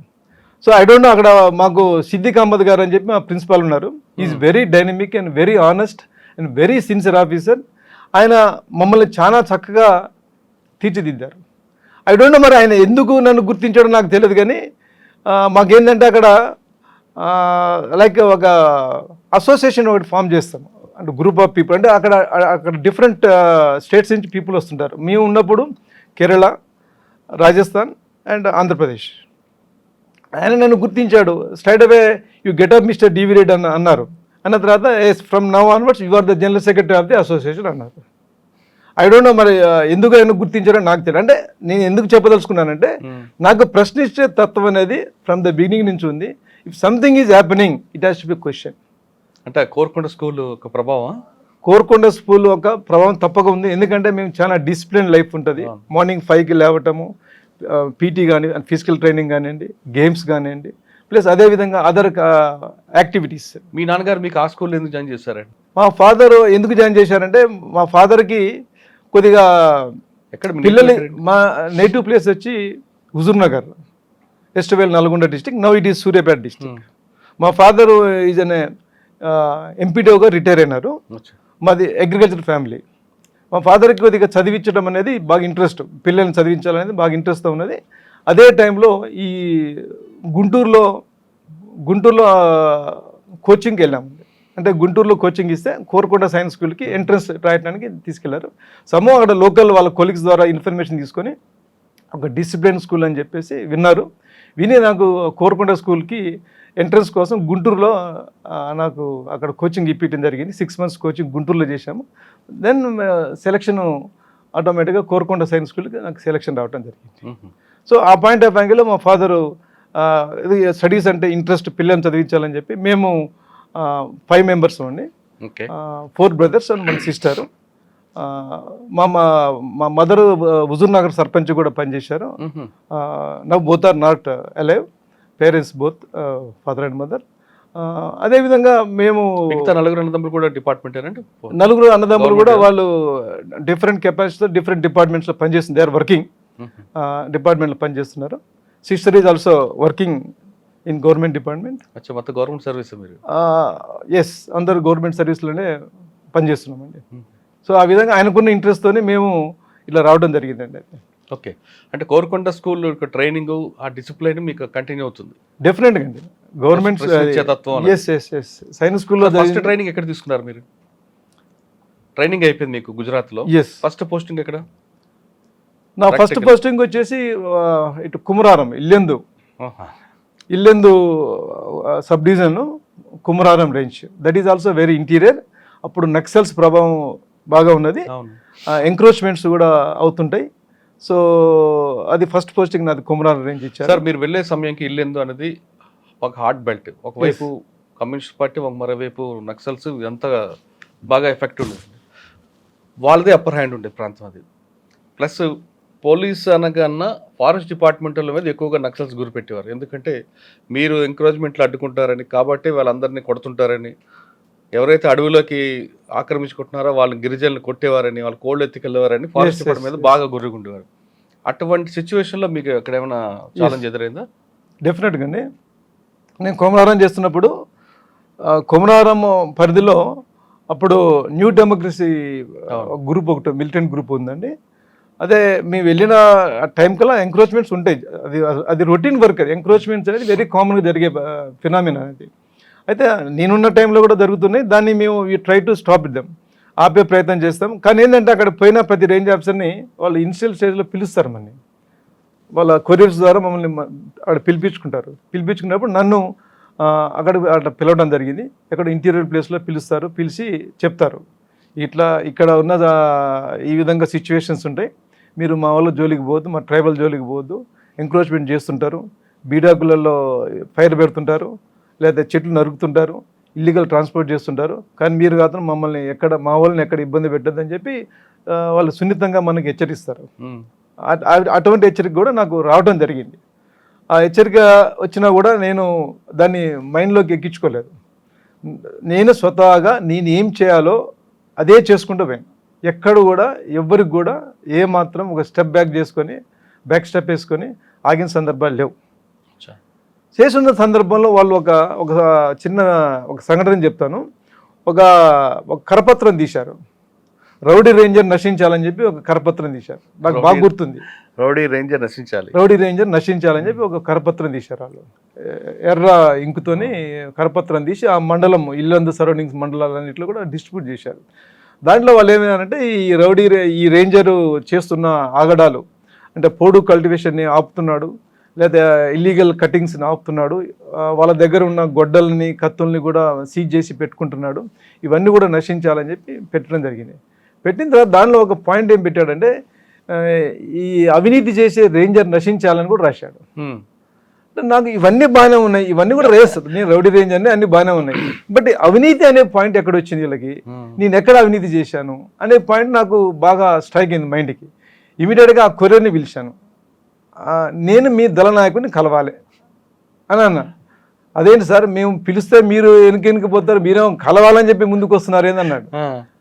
I want to meet him, నేను ఎక్కడ అవినీతి చేసినా నాకు ప్రూవ్ చేయను అని చెప్పి నేను ఆయన దగ్గర టైం తీసుకోవాలని చెప్పాను. చెప్తే వెళ్ళి నాకు టైం తీసుకున్నాడు. నైట్ 7 o'clock 8 o'clock టైంలో ఎక్కడో పిలిచారు. అప్పుడు మధు అని ఒక దళ నాయకుడు ఉన్నాడు. అది పెద్ద గ్రూప్ కదా, is a group, militant group. వాళ్ళు కూడా they are carrying the weapons and all these things. వాళ్ళు కూడా డిస్టర్బెన్స్ బాగా క్రియేట్ చేస్తుంటారు. పిలిచారు. పిలిచినప్పుడు వెళ్ళాను. ఒక్కనే రమ్మంటారు. ఇప్పుడు వెళ్ళి కూర్చున్నాను. చుట్టూ 10 మంది తుపాకులతోనే అంతా కూర్చున్నారు. చెప్పండి రేంజర్ గారు ఏమో వచ్చారని చెప్పి అన్నారు. ఏదో మమ్మల్ని కలవాలన్నారు కదా అన్నారు. ఎస్. మీరు అన్నీ రాశారండి, కరపత్రం తీశారు, బాగానే ఉంది, అన్నీ నశించాలన్నారు, బాగానే ఉంది. నేను అవినీతి చేసిన రేంజర్ కూడా నశించాలని, నేను అవినీతి ఎక్కడ చేసిన నాకు చెప్పండి అని అన్నా. అంటే వాళ్ళు నవ్వి మీది ఏ జిల్లా అని అన్నారు. అప్పుడు నాది పలానా జిల్లా అని చెప్పాను. మీ జిల్లా వాళ్ళు ఎప్పుడు ఇట్లా చేస్తారండి అని వాదిస్తుంటారు అడ్డంగా అని చెప్పి దాన్ని లైట్ రివేలో తీసుకొని సర్కాస్టిక్గా తీసుకొని ఇంకా అట్లా జరగదని అని చెప్పి ఒక ఇండికేషన్ ఇచ్చుకుంటూ పోవడం జరిగింది. అంటే నేను చెప్పడం ఉద్దేశం ఏంటంటే ఇఫ్ సంథింగ్ హ్యాపెన్స్ అది ఖచ్చితంగా మీరు ఎందుకు చేస్తున్నారనే పాయింట్ క్వశ్చన్ చేయడం అనేది నా ఉద్దేశం. అంటే నక్సల్స్ను కూడా కలవడానికి నేను వెనకాడలేదు. ఇప్పుడు మన గురించి ఒక బ్యాడ్ ఇంప్రెషన్ ఉండకూడదు. మనం మంచి చేస్తున్నామా చెడు చేస్తున్నామా సమాజానికి చేస్తున్నాం. అది నీ సమాజానికి మంచి చేస్తున్నప్పుడు నా గురించి చెడుగా మాట్లాడే అర్హత ఎవరికి ఉండకపోవచ్చు. తప్పు చేస్తే ప్రశ్నించవచ్చు, నేను తప్పు చేస్తే ప్రశ్నించవచ్చు. వాళ్ళ యాంగిల్లో నేను చేసేది తప్పు, కానీ నా యాంగిల్లో నేను ప్రభుత్వ ఆస్తుల్ని రక్షించాల్సింది నేను I'm paid for it. So అది డ్యూటీ చేస్తాను. దానికి వాళ్ళు ఒప్పుకున్నారా కరప్షన్ లేదని? ఎస్. దాన్ని సర్కాస్టిక్గా తీసుకున్నాడు. అంటే సమాధానం లేదు కదా, ఇప్పుడు ఏదో రాయాలి. డిఫర్మేషన్ వేస్తామని డిఫర్మేషన్ కదా రిజైండర్ ఇచ్చారా? నేను పేపర్లోనా? పేపర్లో ఏం లేదు, డైరెక్ట్గా వాళ్ళతోనే మాట్లాడిన. ఇంకో కరపత్రం వేశారు? లేదు, అంతటితో క్లోజ్ చేశారు ఇష్యూని. అట్లేం లేదన్నారు. బట్ ఎప్పుడు కూడా మళ్ళీ మన జోలికి రాలేదు. నేను చేసిన యాక్టివిటీస్ దేని కూడా ఎక్కడ కూడా వాళ్ళు దాన్ని చేయలేదు. సో అక్కడ జరిగిన చిన్న సంఘటన అది కుమరాల రేంజ్లో ద ఫస్ట్ పోస్టింగ్ అది. తర్వాత ఎక్కడికి వచ్చారండి? కుమరాలం తర్వాత ఐఎమ్ పోస్టెడ్ టు పాల్వంచ. పక్కనే కదా? Yes, that is Palvancha division, Kothagudem పరిధిలో ఉంటుంది. పాల్వంచలో కూడా అక్కడ బాగా టింబర్ స్మగ్లింగ్ బాగున్నది. అక్కడ టీక్ ఫారెస్ట్. కిన్నెరసాని రెడీ ఉందా? Kinnerasani that is wildlife division. Kinnerasani comes under wildlife division. Paloncha territorial is different. So నేను Paloncha wildlife range officer నేను. సో అక్కడ కూడా మాకు ఈ ఇల్లీగల్ ట్రాన్స్పోర్టేషన్ ఆఫ్ టింబర్ బాగా వస్తుంది. టీక్ బాగున్నది అక్కడ. సరౌండింగ్ ఏరియాస్ నుంచి ఉన్న మంచి టీక్ ప్లాంటేషన్స్ ఉన్నాయి. నేచురల్ టీక్ ఉన్నది, ఏగీసా ఉన్నది, మంచి గర్త్ క్లాస్ ఉన్న ఏగీసా కూడా ఉన్నది. ఇవన్నీ కూడా ఇల్లీగల్గా కట్ చేస్తుంటారు. దీని మీద కూడా మేము ఉక్కుపాదం పెట్టడం జరిగింది. అక్కడ పాలంచ సరౌండింగ్స్లో పాండురంగాపురం అన్న ఒక విలేజ్ ఉన్నది, హైలీ నోటోరియస్ విలేజ్. ప్లస్ అదేవిధంగా వెంగళరావు నగర్ కాలనీ అని చెప్పి పాల్వంచ టౌన్లో ఒకటి ఉన్నది. ఇవన్నీ కూడా బాగా నోటోరియస్, ఆ టైంలో నోటోరియస్. ఇప్పుడు ఏ విధంగా పరిస్థితి ఉందో తెలియదు కానీ బట్ బాగా నోటోరియస్ ఉన్నది. వీళ్ళ మీద కూడా మేము పర్సనల్గా అటాక్ చేసి చాలా టింబర్ని వెహికల్స్ని నేను సేఫ్ గార్డ్ చేయడం జరిగింది. ఇందులో ఒక సంఘటన ఎట్లా అంటే వెపన్స్ లేకపోతే ఏ విధంగా ఉంటుంది అనేది చిన్న ఎగ్జాంపుల్ చెప్తాను. పాల్వంచలో ఎదురైంది. పాల్వంచలో కూడా చాలా డేరింగ్గా పోవడం జరిగింది. వెరీ ఫెరేషియస్గా, ఎక్కడ కూడా కాంప్రమైజ్ కాకుండా పోవడం జరిగింది. లెట్ ఇట్ బి ఏమైనా కానివ్వండి, మన జోలికి, మన అడవి జోలికి ఎవరు రావద్దు. That is my intention. Lands కానివ్వండి, ఇల్లీగల్, నాకు ఇన్ఫర్మేషన్ వస్తే కనుక నేను మిస్ చేసింది లేదు. ఇన్ఫర్మేషన్ రాకుండా ఓవర్ సైట్లో ఎన్నో జరుగుండొచ్చు. నాకంటూ ఇన్ఫర్మేషన్ వస్తే మాత్రం ఎక్కడ నేను ఆగలేదు, వదిలిపెట్టే ముచ్చట రాదు. పాల్వంచలో సంఘటన ఏంటంటే, అప్పుడు ఆల్ మండల్ టీమ్స్గా కలిసి అప్పుడు గవర్నమెంట్ ప్రోగ్రామ్స్లో మేము పార్టిసిపేట్ చేసేది. ఆ టైంలో నేను, tahsildar, mandal development officer, agriculture officer, మేమంతా ఒక టీమ్గా ఉండేది. టీమ్ కంటే ఫర్ ఎనీ గవర్నమెంట్ ప్రోగ్రామ్స్ మేమంతా కూడా ఒక టీమ్గా ఆ టైంలో జన్మభూమి కార్యక్రమాలని లేదా ప్రజల వద్దకు పాలన అని చెప్పి ఇటువంటి కొన్ని కార్యక్రమాలు గవర్నమెంట్ ప్రోగ్రామ్ జరిగేది. సో ఆ పాయింట్ ఆఫ్ యాంగిల్లో ఆ రోజు మా ప్రోగ్రాం పాండురంగాపురంకి వచ్చింది. Pandurangapuram is very near to Palvancha town. అంటే అరౌండ్ 7 to 8 kilometers ఉంటుంది. మధ్యలో వాగు ఉంటుంది. మేము జీవులో పోతున్నప్పుడు వాళ్ళకి ఇన్ఫర్మేషన్ లేదు. అంటే జస్ట్ వాళ్ళు ఏం చేస్తారంటే మన మూమెంట్స్ని వాళ్ళు గ్యాదర్ చేస్తుంటారు. జనరల్గా రేంజ్ ఆఫీసరు ఒకవేళ స్ట్రిక్ట్గా ఉండి చాలా మూమెంట్స్ చాలా యాక్టివ్గా ఉన్నప్పుడు వాళ్ళు డెఫినెట్గా మన మీద నిఘా పెడతారు, మన మూమెంట్స్ని చేస్తారు. ఆ రోజు నేనేంటంటే ఆ ప్రజల వద్దల పాలనకి అనే మీటింగ్ పోవడం జరిగింది. ఆ మీటింగ్లో జరిగిన ప్రక్రియ ఏంటంటే let us go to Pandurangapuram అనే పాయింట్ వచ్చింది. ఈ పోవడం అనేది వాళ్ళకి ఏమాత్రం అవగాహన లేదు. మేము సడన్గా పాల్వంచ పోతున్నాం, పాల్వంచ నుంచి పాండురంగాపురం పోతున్నా మధ్యలో వాగు, అప్పుడు వర్షాకాలం అనుకుంటా, వాగు ఒకటి క్రాస్ అవుతుంది. ఆ వాగుల నుంచి పోతున్నప్పుడు వాడు ఎదురుగా లాగ్స్, టీక్ లాగ్స్ అంటే మేము we will call them as biscuits రూపంలో, అంటే లాగ్స్, టీక్ లాగ్స్ ఉంటాయి కదా, అవి ఏం చేసిందంటే వాడు సైకిల్ కట్టుకొని సైకిల్ మీద వస్తున్నారు, ఎదురుగా వస్తున్నారు. దాన్ని ఏమంటారు ఫారెస్ట్ దీంట్లో? బిస్కెట్స్ అంటారా? బిస్కెట్స్ రూపంలో ఉంటాయి, అది టీక్ లాక్స్, అది ఓకే, టీక్, అది బాగా ఉంటాయి అవి. అది తీసుకొస్తున్నాడు అది సైకిల్ మీద 2-3 కలిసి తీసుకొస్తున్నారు. వస్తున్నాము, ఫారెస్ట్లో ఎవరు లేరు, మా దగ్గర సిబ్బంది ఎవరు లేరు, అంతా మిగతా అదర్ డిపార్ట్మెంట్ పీపుల్ ఉన్నారు. నేను దిగి వాడితోని ఆపే ప్రయత్నంలో వాడు నా మీద అటాక్ చేసిండు. లిటరల్గా మ్యాన్ హ్యాండిల్ చేసుకున్నాం ఇద్దరం, ఒక వీధి రౌడీలాగా పొడాడినాము. ఆ నీళ్ళనే ఇద్దరం కలిసి కొట్లాడినాం. వాడు 2-3 వచ్చిర్రు, మిగతా అధికారులు ఎవరు కూడా ముందుకు రావట్లేదు. ఎందుకంటే వాళ్ళకి తెలియదు ఏం జరుగుతుందో, వాళ్ళకి అర్థం కావట్లేదు. అది కాస్త ఎక్కువైపోతుంది. ఈ లోపల వెనక నుంచి వేరే ఆఫీసర్ వచ్చారు, మా వాళ్ళు ఫారెస్ట్ ఆఫీసర్లు వచ్చి దాన్ని తీసుకొని పట్టుకొని మళ్ళీ ఆ టింబర్ కానివ్వండి ఆ వ్యక్తిని కానీ తీసుకొచ్చి మళ్ళీ మేము అరెస్ట్ చేసి కోర్టుకు ప్రొడ్యూస్ చేయడం జరిగింది. వాడికి కన్విక్షన్ కూడా పడ్డది, ఇవాళ జైలు. అది జరిగింది. అంటే నేను చెప్పే ఉద్దేశం ఏంటంటే, మా దగ్గర వెపన్స్ లేకున్నా కూడా మాకు ఉన్న గుండె ధైర్యంతో, మనోధైర్యంతో మేము దేనైనా కూడా ఎటువంటి కార్యక్రమాలు, ఫారెస్ట్ అంటే ప్రభుత్వ ఆస్తులు నష్టం జరుగుతున్నప్పుడు ఏమాత్రం వెనకాడకుండా మేము ముందుకు పోతాం. అదేవిధంగా వాడు మమ్మల్ని అటాక్ చేయొచ్చు, నాకు దెబ్బలు కొట్టినా అక్కడ జరిగేది ఏం లేదు, కానీ మేము ఏమాత్రం వెనకాడకేయకుండా దాన్ని కాపాడే ప్రయత్నం. ఆ సంఘటనలో మీరు ఏ సెక్షన్ పెడతారండి? ఏమంటారు? ఆ సంఘటనలో ఇల్లీగల్ ట్రాన్స్పోర్టేషన్ ఆఫ్ టింబర్ అని పెట్టేస్తాం. అదొకటేనా పెడతాం? గుండా యాక్ట్ అని చెప్పి ఇటువంటి కూడా కొన్ని. మీ మీద అటాక్ చేసుకుని 353 రాదా? పెడతాం, అవి కూడా పెట్టేస్తాం. ఆ సందర్భంలో ఉన్న ఏదైతే మనకు వర్తిస్తే all sections will be placed in the ప్యూఆర్ చెక్అవుట్ చేస్తామండి. ప్యూఆర్ అప్పుడే మీకు మనసులో పడింది ఎప్పటికైనా మనకి ఆయుధాలు కావాలని? అంటే ఆయుధాల గురించి అప్పటికి ఆయుధాలు కావాలని చెప్పి అప్పటి నుంచి పడ్డది. దాన్ని అంటే డిఫరెంట్ స్టేజెస్లో ఇప్పుడు అసోసియేషన్ మీటింగ్స్ అవుతుంటాయి కదండి, అసోసియేషన్ మీటింగ్స్లో కూడా మేము అడుగుతుంటాము, మాకు కొద్దిగా వెపన్స్ కావాలి. ఎందుకంటే ఇప్పుడు పీసీఎఫ్ గారితో డైరెక్ట్గా మేము ఇంటరాక్ట్ కాలేము, త్రూ అసోసియేషన్స్ ఇంటరాక్ట్ అవుతుంటాం. ఎందుకంటే range officer cannot interact with the HOD directly for any issue other than the field inspection, regular field inspections. మేము అసోసియేషన్ ద్వారా మెనీ టైమ్స్ అడగటం జరిగింది. అడిగి దాన్ని వెపన్స్ కావాలని చెప్పి అడిగాము, దాన్ని గవర్నమెంట్కి రాయడం జరిగింది. బట్ నేను కూడా మా అసోసియేషన్ జనరల్ సెక్రటరీగా అయిన తర్వాత నేను ఫారెస్ట్ రేంజ్ ఆఫీస్లో కూడా జనరల్ సెక్రటరీగా పనిచేశాను. Over a period of 10 years నేను I was general secretary for FROs association as well as state forest office association కూడా నేను జనరల్ సెక్రటరీగా పనిచేశాను.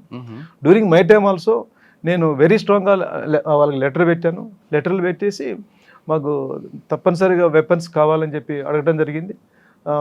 Basing hour request and hour representation వాళ్ళు గవర్నమెంట్ కూడా రాయడం జరిగింది. గవర్నమెంట్ పరిశీలన చేస్తామని చెప్పి అప్పటి నుంచి అదే చెప్తుంది, పరిశీలన చేస్తున్నామని చెప్పి పెట్టుకుంటారు, but they never give us. But ఆ టైంలో మేము ఆల్ రేంజ్ ఆఫీసర్లకు కూడా వెహికల్స్ జీప్స్ అనేది ఆల్రెడీ ఉన్నాయి, బట్ అందరికీ జీప్స్ లేవు కాబట్టి జీప్స్ కూడా కావాలని చెప్పి మేము గట్టిగా ఫైట్ చేసి ఆ జీప్స్ కూడా తెప్పించడం జరిగింది. వెపన్స్ అనేది is the long pending demand అనేది. అది పాలవంచ తర్వాత దెన్ ఐ కేమ్ టు మధ్యలో కేబీఆర్ నేషనల్ పార్క్ చేయడం జరిగింది. మదిరా KBR in between I work at KBR national park. KBR national park, Kasupalli national park ఉంది కదా, దాంట్లో కూడా నేను ఫారెస్ట్ నేషనల్ పార్క్ కొంతకాలం పనిచేశానండి. దాని తర్వాత year there is no challenge, but రెగ్యులర్గా మేము యాక్టివిటీస్ని స్ట్రీమ్ లైన్ చేశాము. We have done the good work. సంవత్సరాలు పనిచేశారండి? 2006-7లో I was at KBR national park. దాని చుట్టూ మంచి ఒక వాకింగ్ ట్రాక్ ఉంటుంది, చాలా మంది చేస్తుంటారు. అవును, అక్కడ ఎక్కువ స్నాచింగ్లు ఇష్యూస్ జరుగుతుంటాయి. ఎందుకంటే స్నాచింగ్ అనేది అంటే మేమున్నప్పుడు పెద్దగా అటువంటి సంఘటనలు ఏం జరగలేదు. ఎందుకంటే ఒక గన్మ్యాన్ తీసుకొచ్చి ఫైర్ ఓపెన్ చేస్తారు కదా, అటువంటి అంటే నా టైంలో ఎటువంటి చైన్ స్నాచింగ్ లాంటివి జరగలేదు. బట్ ఆ తర్వాత కొన్ని సంఘటనలు జరిగినాయి. ఎందుకంటే చాలామంది వస్తుంటారు, దానికి వాకర్స్ కూడా ఇప్పుడు చాలా ఎక్కువ మంది అయిపోయినారు. పార్క్ కూడా ప్రతి ఒక్కళ్ళు వస్తుంటారు, అందులో రకరకాల అఫీషియల్స్ ఉంటారు, వేరే అలా డిఫరెంట్ కేటగిరీ ఆఫ్ పీపుల్ ఉంటారు. కాబట్టి ఇప్పుడు గస్తీ ఎక్కువ తిరుగుతుందండి, సెక్యూరిటీ పర్సన్స్ ఎక్కువ తిరుగుతున్నారు. Plus even forest officials also they are rounding, రెగ్యులర్గా ట్రాక్ చుట్టూ రౌండింగ్ చేస్తున్నారు. సో కాబట్టి అటువంటి యాక్టివిటీస్ లేకుండా ఈవెన్ లేడీస్ కూడా ప్రొటెక్షన్ ఇచ్చే విధంగా కానీ మీ ప్రాజెక్ట్ మొత్తం అంతా ఉంటుంది కదండి, ఒకవైపు మాత్రమే ఫోకస్ ఉంటుంది, మెయిన్ ఎంట్రన్స్ వైపే. కానీ బ్యాక్ సైడ్ ఎందుకు ఎక్కువ ఉంటుంది? అక్కడే ఎక్కువ క్రైమ్ జరుగుతుంటుంది. అట్లా అటువంటి క్రైమ్స్, పెద్ద సివియర్ క్రైమ్స్ జరిగిన సందర్భాలు చాలా తక్కువ. అంటే మేబీ మీరు స్పెసిఫిక్ ఇన్సిడెంట్స్ చెప్పగలిగితే I can tell you.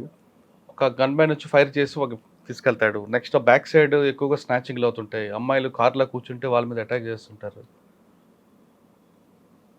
Maybe అటువంటి జరుగుతుండొచ్చు, కానీ బట్ ఎనీవే అయినా కూడా మా వాళ్ళు 24/7 లెక్కనే అక్కడ. ఎందుకంటే అది మేజర్గా వాకర్స్ మార్నింగ్ 4కే స్టార్ట్ అవుతారు. మార్నింగ్ టైం కదా, ఎక్కువ ఈవినింగ్ టైంలో అవుతుంది. ఈవినింగ్ అవర్స్లో కూడా కొన్ని లేట్ అవర్స్లో ఉన్న సంఘటనలు జరగడానికి అవకాశం ఉంటుంది. బట్ ఇవన్నీ జరిగినాయి, ఇంతకుముందు జరగలేదని కాదు, జరిగినాయి. బట్ దాని మీద ఫారెస్ట్ సిబ్బంది కూడా తగిన చర్యలు తీసుకుంటున్నారు. 2006లో పనిచేశారు అక్కడ. 2006లో అటువంటి ఇన్సిడెంట్స్ ఏం జరగలేదు, ఈ మధ్య కాలంలో జరిగినాయి. తర్వాత ఎక్కడికి వచ్చారు? నేను కరీంనగర్ రేంజ్లో చేయడం జరిగింది. ఇక్కడ కరీంనగర్ టౌన్, కరీంనగర్ టౌన్లో ఫారెస్ట్ రేంజ్ ఆఫీసర్గా చేయడం జరిగింది. కరీంనగర్ రేంజ్లో కూడా చాలా ఛాలెంజెస్ ఫేస్ చేయడం జరిగింది. ఓకే.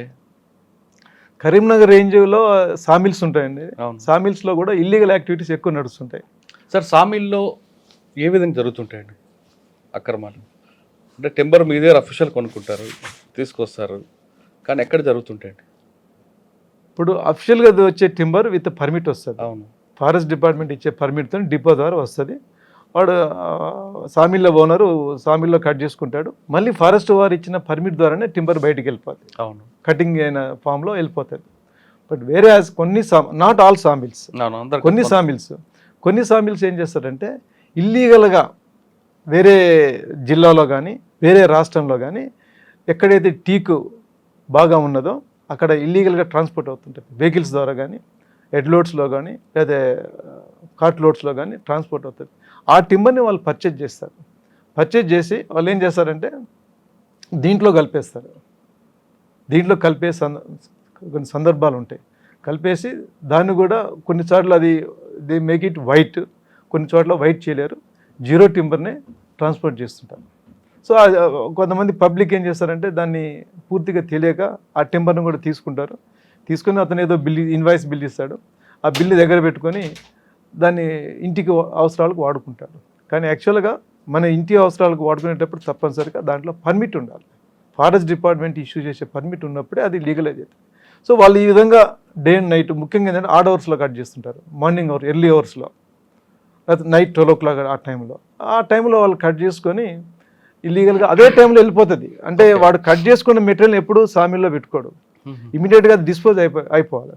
సో అటువంటి కార్యక్రమాలు బాగా అవుతాయి. అటువంటి స్కామ్కి డిపార్ట్మెంట్ సహకారంతో జరుగుతుందని ఒక ఆరోపణ ఉంది కదండి. అంత డైరింగ్ తీయడు కదా ఈ సామిలు కూడా. అంటే డెఫినెట్గా కొంతమంది ప్రతి డిపార్ట్మెంట్లో ఉన్నట్టుగా మంచి చెడు ఫారెస్ట్ డిపార్ట్మెంట్లో కూడా ఉన్నది. ఓకే. వితౌట్ సపోర్ట్ ఎవరు కూడా అంత ధైర్యంగా చేయరు, అది కూడా వాస్తవమే. సో దాన్ని సాధ్యమైనంత వరకు కంట్రోల్ చేసే ప్రయత్నము చేస్తుంటారు. అంటే అది కొల్లుడు కావడం అనేది ఏ లెవెల్లో అవుతారు అనేది కూడా ఉంటుంది.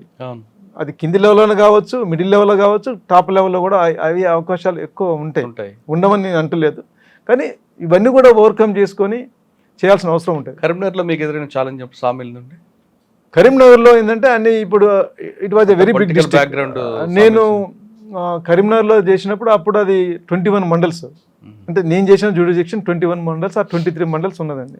సామిల్స్ కూడా అన్ని స్కాటర్డ్గా ఉంటాయి డిఫరెంట్ ప్లేసెస్లో. ఆల్మోస్ట్ వరంగల్ డిస్టిక్ బార్డర్లో ఒకటి ఉంటుంది, హుజరాబాద్ దగ్గర ఒకటి ఉంటుంది, లేదా లోపల కమలాపురము, ఇటువంటి ప్లేస్లలో ఉంటాయి. ఇవన్నీ కూడా ఏంటంటే కొంతమంది, not again I'm telling, not all the people, కొంతమంది ఇల్లీగల్గా కట్ చేస్తుంటారు. నేనేం చేసేదంటే నా మూమెంట్స్ని ఎవరికి తెలియకుండా, నా మూమెంట్స్ని ఈవెన్ నా డ్రైవర్కి కూడా తెలియకుండా నైట్ పిలుస్తాను. Just half an hour before phone చేస్తాను. ఫోన్ చేసి రమ్మంటాను. అప్పుడు సెల్ ఫోన్స్ కూడా అప్పుడు రాలేదు, ఇంకా దే ఆర్ నాట్ కమ్. మా డ్రైవర్కి ముందే ఇన్ఫర్మేషన్ ఇస్తే పలానా టైంకి రమ్మని చెప్తాను, పలానా బీట్ ఆప్షన్ రమ్మని చెప్తాను. ఒక్కోసారి మార్నింగ్ 5 o'clock బయలుదేరుతాం, ఒక్కోసారి నైట్ 7 o'clock బయలుదేరుతాం. బయలుదేరి ఏం చేస్తుంటే straight away will not be going to sawmill. Sawmill అనేది ఒక జస్ట్ ఉంటే హార్డ్లీ మాకు ఒక 5 to 10 kilometers దూరంలో ఉంటుంది. ఓకే. ఈ 5 to 10 kilometers పోయే సామిల్కి నేను పట్టుకోవటానికి 100 కిలోమీటర్స్ రౌండ్ ఆల్ అరౌండ్ పోయేది. అంటే నేను జగిత్యాల టచ్ చేసుకొని జగిత్యాల నుంచి మళ్ళీ పెద్దపల్లికి కానీ ఇట్లా డిఫరెంట్ ఇన్ఫర్మేషన్ లీక్ కాకూడదు. ఇన్ఫర్మేషన్ లీక్ అంటే నా మూమెంట్ అనేది అంటే sir is going towards Jagtial some purpose లో పోతున్నాడు అనే పాయింట్ లో నేను పెద్దపల్లి తిరిగి మన కరీంనగర్ వచ్చేవారా? ఇట్లా ఆల్ అరౌండ్ అంటే అరౌండ్ పోయేది. ఇట్స్ ప్రాక్టికల్ హ్యాపెండ్ అండి. నేను అంటే నా ఇంటెన్షన్ ఏంటంటే నేను నా సొంత పని నేను ఏ విధంగా సీరియస్గా తీసుకుంటానో డిపార్ట్మెంట్ వర్క్ కూడా ప్రభుత్వ ఆస్తులను కాపాడటంలో కానీ ప్రభుత్వానికి సంబంధించిన ఎటువంటి యాక్టివిటీ కూడా ఆ కమిట్మెంట్తో చేస్తాను. సార్ మీరు రూట్ మార్చి వెళ్ళి మీ టార్గెట్ రీచ్ అయ్యారనుకోండి, ఎస్ అటువంటి సంగతి ఒకటి చెప్పండి. నేను ఒకసారి ఇట్లనే రూట్లో వెళ్ళానండి. ఆ పేర్లు ఊరి పేర్లు నాకు కరెక్ట్గా ఇప్పుడు గుర్తులేవు. వెళ్ళి చూశాను. పోయేసరికి that fellow illegal timber cut చేశాడు. మేము పోగానే మిషన్ వేడి చూస్తాము. మిషన్ వేడి ఉంది అంటే రన్ అయింది. మిషన్ నైట్ 12 o'clock రన్ కాకూడదు. After 6 o'clock has to close it. వాడు క్లోజ్ చేయకుండా మిషన్ రన్ అయింది. ఎడ్ల బండ్లు వచ్చినట్టుగా వెహికల్ అడుగు జాడలు కనపడ్డాయి. అన్నీ అయిపోయింది. టింబర్ వచ్చింది, బయటికి వెళ్ళిపోయినట్టుగా క్లియర్ ఆనవాళ్ళు ఉన్నాయి. చూశాను. చూసిన తర్వాత సింపుల్గా వాడికి, అరే బాబు నువ్వు కట్ చేసావు కానీ నా దగ్గర టింబర్ లేదు, ఏమీ లేదు, నేను ఇప్పుడు నీ మీద కేసు బుక్ చేయొచ్చు కానీ చేయను, నువ్వు జాగ్రత్తగా ఉండు, 1 weekలో నేను సీజ్ చేస్తా అని చెప్పాను. These are the words I told him.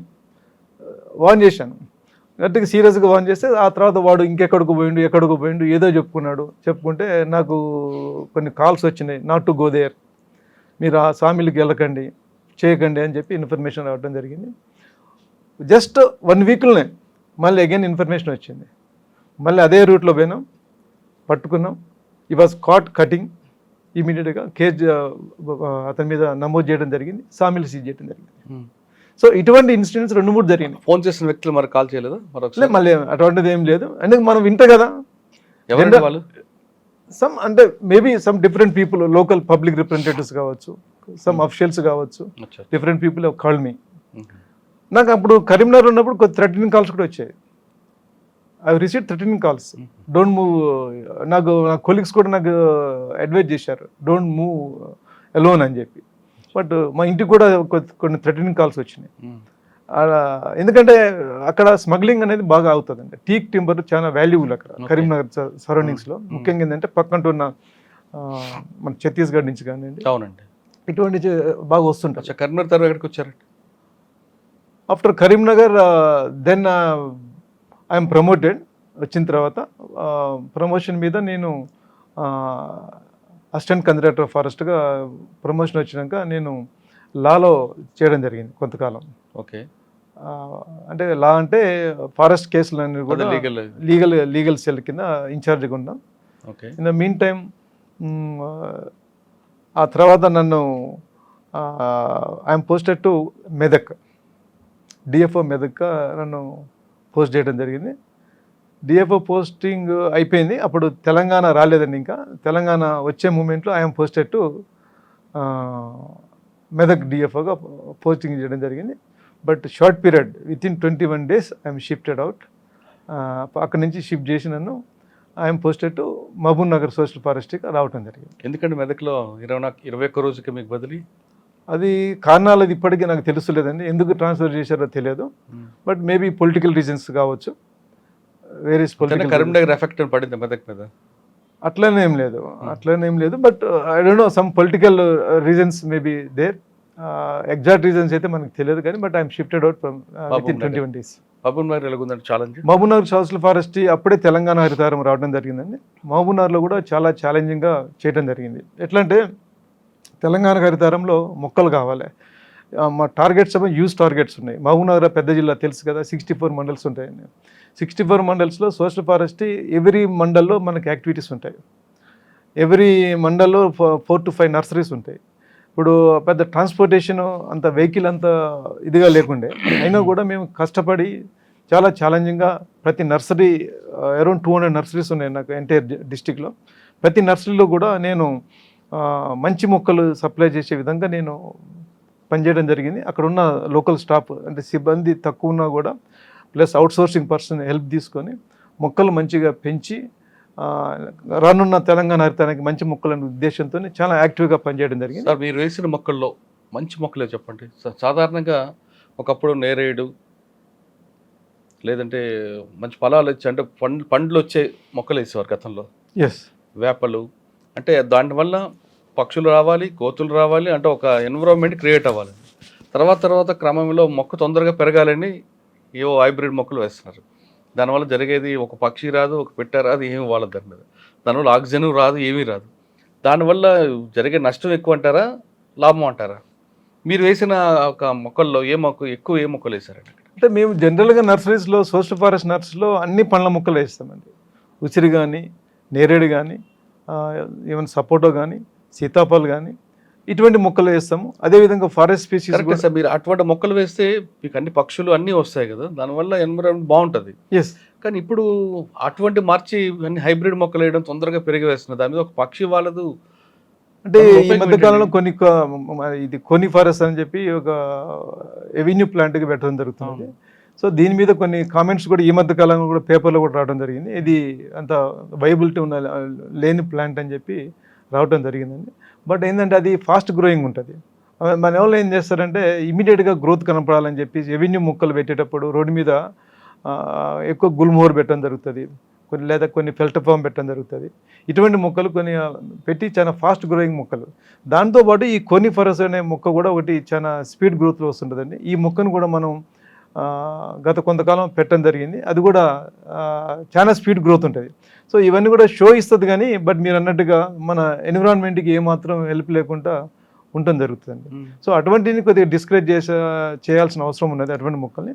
But వేరేజ్ మేము సోషల్ ఫారెస్ట్ వింగ్లో ఉన్నప్పుడు పెంచిన మొక్కలు ఏదైతే పండ్ల మొక్కలు, అన్ని రకాల పండ్ల మొక్కలు కానీ, లేదా అడవులో వలిసే మొక్కలు ఏదైతే బ్యాంబూ కానీ, టీక్ కానీ, లేదా తానె కానీ, లేకపోతే ఇంకా వేరే అటువంటి ఆల్ ఫారెస్ట్ స్పీసీస్ అన్ని కూడా మేము రేజ్ చేసి, ఫారెస్ట్లో వేసే మొక్కలు వేరే ఉంటాయండి, ఎవెన్యూలో అంటే ఎవెన్యూ మొక్కలు వేసి వేరే ఉంటాయి. ఇప్పుడు ఈ పండ్ల మొక్కలు కూడా రోడ్డు అమ్మటి కూడా మనం వేయడానికి అవకాశం ఉంటుంది. నేరేడు మొక్కలు కూడా రోడ్డు అమ్మటి వేయచ్చు, ఎవెన్యూ ప్లాంటేషన్కి మనం వాడుకోవచ్చు, ఉసిరి వేసుకోవచ్చు. ఇటువంటి మొక్కలు అంటే నాట్ ఓన్లీ అంటే షేడ్ బేరింగ్ స్పీసీస్ కాకుండా పండ్ల మొక్కలు కూడా మనం రోడ్డు అమ్మటి వేయచ్చు. ఇంకోటి ఏంటంటే కోతులను ఎక్కువ అట్రాక్ట్ చేయాలని చెప్పి పండ్ల మొక్కలను కొద్దిగా 5 to 10 varieties of species select చేసుకొని, ఇంకా మేబీ మోర్ దెన్ దట్ ఆన్లో ఈవెన్ ఈ పండ్ల మొక్కలను కూడా మేము ప్లాంటింగ్ చేసి చాలా చోట్ల కూడా ఫారెస్ట్లో పెట్టడం జరిగింది. కోతులు వస్తే వాళ్ళతో ప్రాబ్లం కదండి. కోతుల నుంచి అంటే కోతులు అవన్నీ కూడా రోడ్డు మీదకి వస్తున్నాయి. కోతులు అడవిలో ఉండాల్సిన కోతులు అడవిలో ఉన్నప్పుడే వాటికి అంటే కోతులు కూడా ఈ మధ్యకాలం అవి ట్రాన్స్ఫార్మ్ అవుతున్నాయి. మనం వేసే ఫుడ్ ఏదైతే మనం రోడ్ల మీద వేసే ఫుడ్ ఉందో దానికి అలవాటు పడిపోతున్నాయి. ఇప్పుడు జనరల్గా పబ్లిక్ ఇప్పుడు గుళ్ళ దగ్గర కానీ, లేదా రోడ్డు అమ్మడి పోయినప్పుడు కానీ, ఫారెస్ట్ ఏరియాలో క్రాసింగ్ ద రోడ్స్ వాళ్ళు ఏం చేస్తుంటే రోడ్డు దగ్గర ఎక్కడ కోతులు మనం కనపడంగానే ఇమీడియట్గా కొన్ని అరటి పనులు అక్కడ వేయడం జరుగుతుంది. ఇటువంటి వాటి వల్ల చాలా కొద్దిగా చెడు ప్రభావం చూపిస్తున్నాయి. కోతుల్ని మనం అడవిలో ఉంచాల్సిన కోతుల్ని మనం రోడ్డు మీద తీసుకొస్తున్నాం. This is not correct. అది అంటే అవి కూడా పండ్ల మొక్కలు ఉన్నాయి, అడవిలో లేవని కాదు. ఆల్రెడీ న్యాచురల్గా మనం ప్లాంటింగ్ చేయకుండా న్యాచురల్గా ఉన్న పండ్ల మొక్కలు చాలా ఉన్నాయి.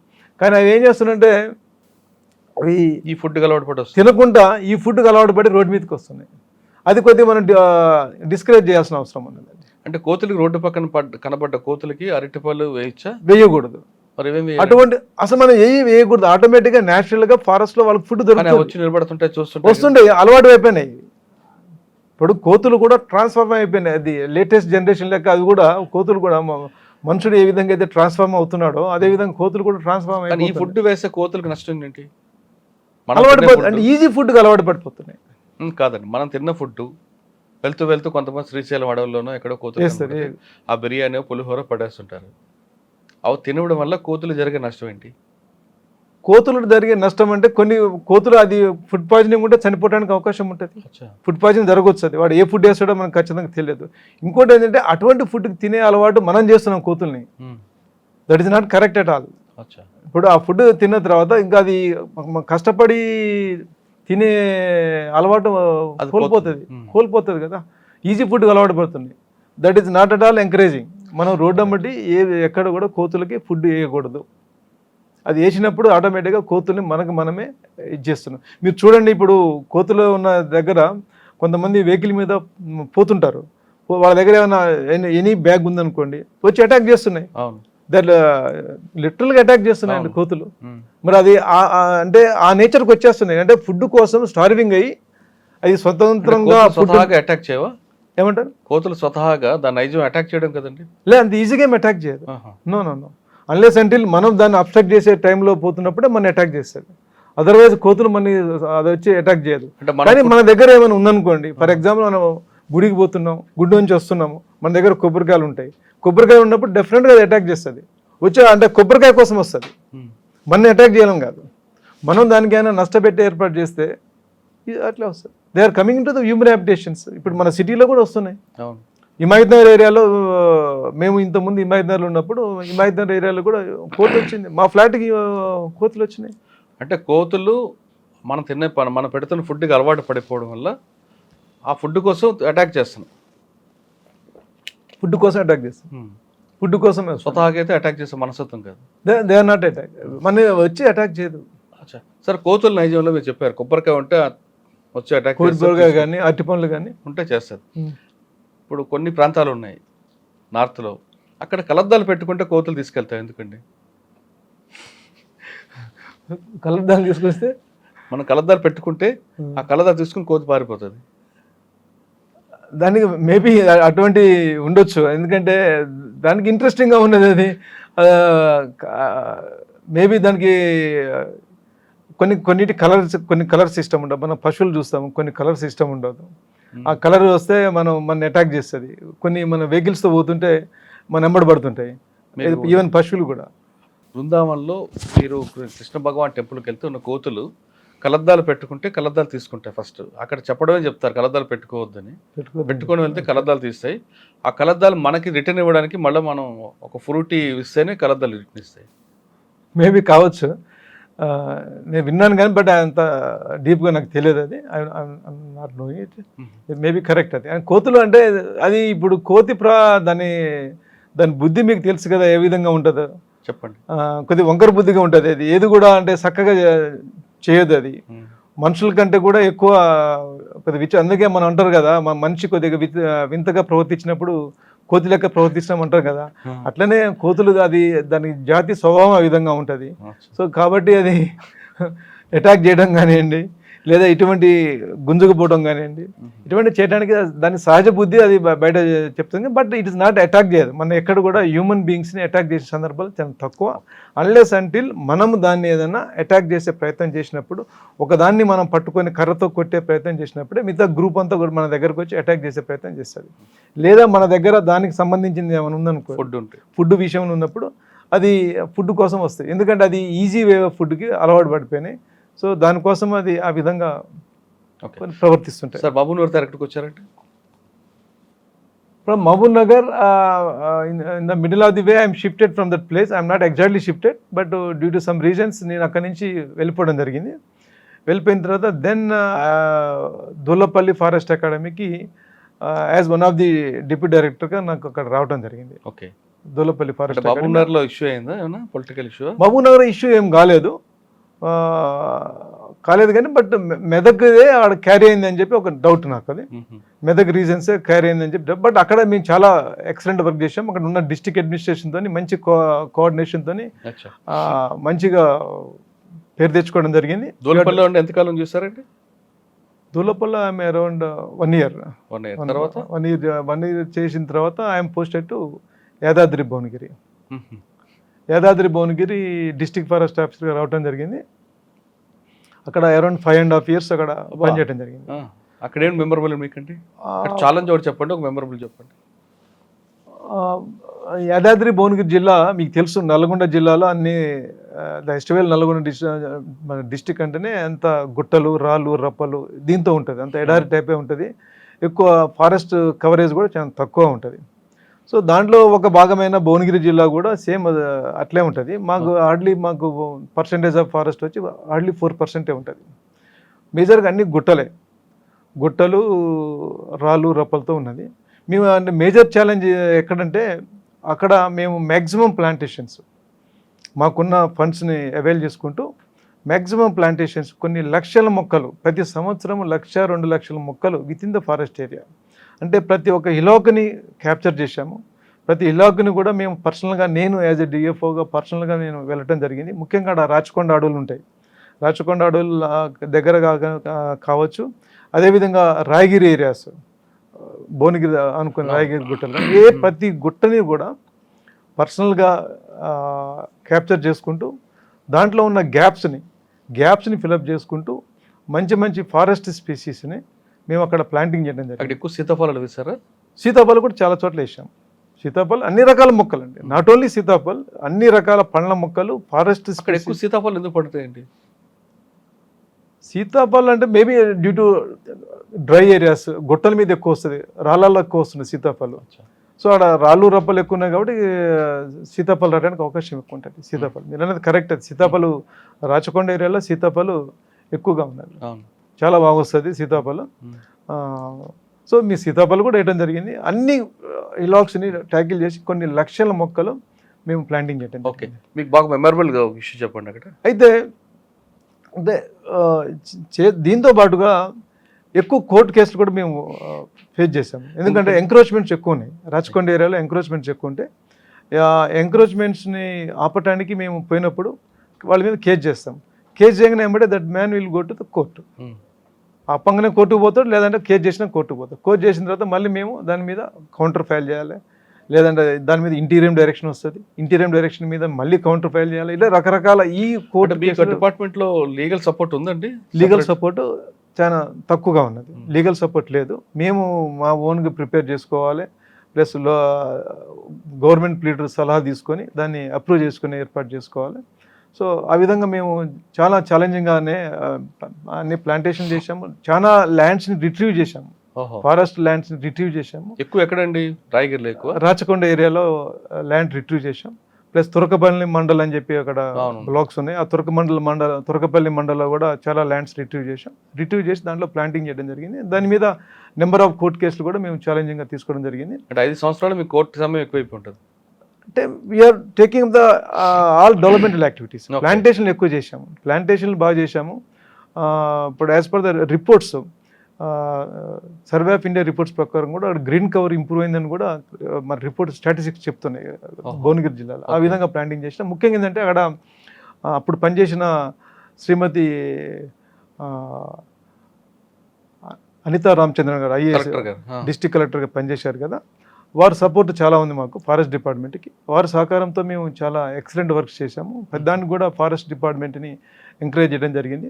అదేవిధంగా ఇప్పుడు అక్కడ ఫారెస్ట్ లేదనేది ఒక అప్పుడు గవర్నమెంట్ దృష్టిలో ఉన్నదండి. మన జిల్లాకి ఎప్పుడు అడవి లేదు అంటారు.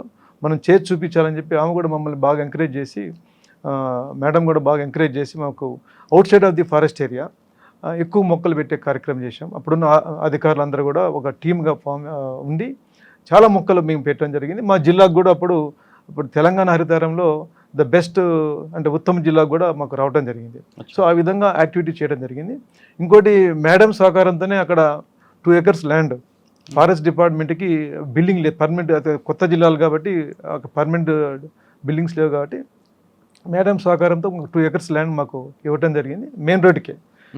దాంట్లో ఒక ఎక్సలెంట్ బిల్డింగ్ దాంట్లో అప్పుడు సీసీఎఫ్గా ఉన్న ఇప్పుడు మా ఎండి డాక్టర్ చంద్రశేఖర్ రెడ్డి గారి సహకారంతో, వారి గైడెన్స్తో మేము ఆ బిల్డింగ్ కన్స్ట్రక్షన్ కూడా చేయడం జరిగింది.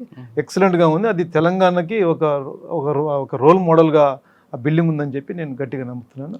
అటువంటి బిల్డింగ్ మేము కట్టాం. చాలామంది ఆఫీసర్లు కూడా దాన్ని అప్రిషియేట్ చేశారు. ఓకే, 5 years తర్వాత ట్రాన్స్ఫర్ వికారాబాద్ వచ్చారా? 5 years తర్వాత నేను I was there for 5.5 years. 5.5 years ఉన్నప్పుడు జస్ట్ అంటే ఎందుకు చెప్తున్నానంటే, నేను చీఫ్ సెక్రటరీ గారు కూడా ఒక లెటర్ పెట్టాను, మీరు బహుశా చూసుండొచ్చు. అది ఫ్రీక్వెంట్ ట్రాన్స్ఫర్లో జరిగిన పాయింట్లో కూడా నేను పెట్టడం జరిగింది. ఇక్కడ కూడా 5.5 years I was there as ఇది. అక్కడ ట్రాన్స్ఫర్ అనేది క్వైట్ కామన్. ఇంకా ఫ్యూ డేస్లో August 15th వస్తుంది. నెక్స్ట్ డే నేను అక్కడ మన జెండా ఎగరాల్సిన టైం వచ్చింది. 2 days before somehow for the reasons are not known, I am told I am transferred. అన్నారు ఇమీడియట్గా. యూ రిలీవ్ మీ ఛార్జ్ ఇమీడియట్గా ఇచ్చేసి వచ్చేయండి అన్నారు. అరే 2 days ఆగితే నేను అక్కడ జెండా వందనం చేస్తాము, బిల్డింగ్ ఇనాగ్రేషన్ ఉంది, ఇవన్నీ పెట్టుకొని ఇమీడియట్గా అనేసరికి ఎస్, నేనేంటంటే ఎక్కడ మనకు ఆర్డర్స్ వస్తే ఇమీడియట్గా the very next moment charge hand over చేయాలి, బయటపడాలి. ఓకే, సో అదొక్కటి అంటే భువనగిరి జిల్లాలో చాలా ఎక్సలెంట్ వర్క్ చేయడం జరిగిందండి. అందులో నాకు ఫుల్ సాటిస్ఫాక్షన్ ఉంది. డిపార్ట్మెంట్కి కూడా మంచి పేరు తీసుకురావడం జరిగింది. కానీ ద లాస్ట్ 1 వీక్లో జరిగిన ఏదైతే ప్రాసెస్ ఉందో, ఆ ఎపిసోడ్ ఉందో కొంచెం బాధాకరంగా ఉంది. అటువంటి వాటికి మేము ఏంటంటే we expect full support from our own officers. అటువంటి వాటిలో మేము ఎక్స్పెక్ట్ చేస్తాం. It's a matter of days. ఆ డేస్లో పోయేది ఏం లేదు. అది పోయి ఉంటే కనుక నాకు సంపూర్ణమైన సాటిస్ఫాక్షన్ ఉండేది. సో అదొక్కటే ఎపిసోడ్తో క్లోజ్ చేసుకుంటే ఐఎమ్ పోస్టెడ్ టు వికారాబాద్. ఇక్కడ రాగానే ఇక్కడ కూడా సేమ్ కదా. వికారాబాద్ ముందర పోయేటప్పుడే చెప్పారు అది హైలీ డిస్టర్బ్డ్ ఏరియా, పోవాలా వద్దా అనేది ఆలోచనలో ఉన్నాము. అయితే మా సీనియర్ ఆఫీసర్లు పోతే బాగుంటుందని చెప్పి అడ్వైజ్ చేయడం జరిగింది. దాని తర్వాత వాట్ ఎవర్ ఇట్ మేబీ అని చెప్పి నేను ఛాలెంజింగ్గా తీసుకొని వికారాబాద్కి చార్జ్ తీసుకోవడం జరిగింది. వికారాబాద్లో చాలా మంచి ఫారెస్ట్ ఉందండి. ఇది అంటే సిటీకి దగ్గరలో అంత మంచి ఫారెస్ట్ ఉన్నట్టుగా చాలామందికి తెలియదు. సో అటువంటి ఫారెస్ట్ ఏరియా ఉన్నది. దాదాపు around 15 to 16% of the forest district ఏరియాలో ఫారెస్ట్ మంచి ఫారెస్ట్ ఉందండి. అక్కడ బ్లాక్స్ రూపంలో బ్లాక్స్ అంటే మాకు ఫారెస్ట్ ఒక బ్లాక్ ఉంటుంది. ఆ బ్లాక్లో అటువంటి దాదాపు 90 బ్లాక్స్ దాకా ఉన్నాయి ఫారెస్ట్. అందులో మీకు తెలుసు కదా, వికారాబాద్ రిజర్వ్ ఫారెస్ట్ ఏరియా అనేది ఫేమస్. అది అక్కడ మెడిసినల్ ప్లాంట్స్ ఇవన్నీ ఉంటాయని చెప్పి ఇవన్నీ కూడా దానికి very famous. Anantagiri hills. Yes, Anantagiri hills very famous అది. సో అయితే అక్కడ ముఖ్యంగా నేను నోటీస్ చేసింది ఏంటంటే అనాథరైజ్డ్ మైనింగ్ అనేది అక్కడ జరుగుతుంటుంది. అది మా రిజర్వ్ ఫారెస్ట్ ఏరియాలో జరుగుతుందండి. అది 4-5 ప్లేస్లలో జరుగుతుంది. దీన్ని అది చాలా కాలం వెళ్ళి నడుస్తుంది. బట్ కోర్టు కేసులు అంటే అంతకుముందు ఉన్న వాళ్ళు కూడా కోర్టు కేసులలో ఫేస్ చేస్తూ అది కోర్టులో అట్లా పెండింగ్ పడి ఉంది. దాన్ని నేను సీరియస్గా తీసుకొని దాన్ని ఎట్టి పరిస్థితుల్లో వీటిని ఆపాలని చెప్పేసి కోర్టు ద్వారా చేసుకుంటూ ఫీల్డ్ మీద కూడా ఎటువంటి వెహికల్స్ని రానివ్వకుండా చాలా పగడబందిగా బై ద టైం నేనున్న 5 monthsలో ఛాలెంజింగ్గా తీసుకొని ఆల్ మైన్స్ ఆర్ క్లోజ్డ్. ఇప్పుడు ఒక్క అనాథరైజ్డ్ మైన్స్ కూడా యాక్టివేషన్లో లేదు. అది నేను గర్వంగా చెప్పుకోగలుగుతాను. నేను ఉన్న 5 months కూడా షార్ట్ పీరియడ్ అయినా కూడా చాలా మంచి మెమరీస్తోని అంటే నా పరంగా నేను ప్రభుత్వ భూముల్ని ప్రభుత్వ ఆస్తుల్ని కాపాడని చెప్పి నేను ఫుల్ సాటిస్ఫాక్షన్తో ఉండటం జరిగిందండి.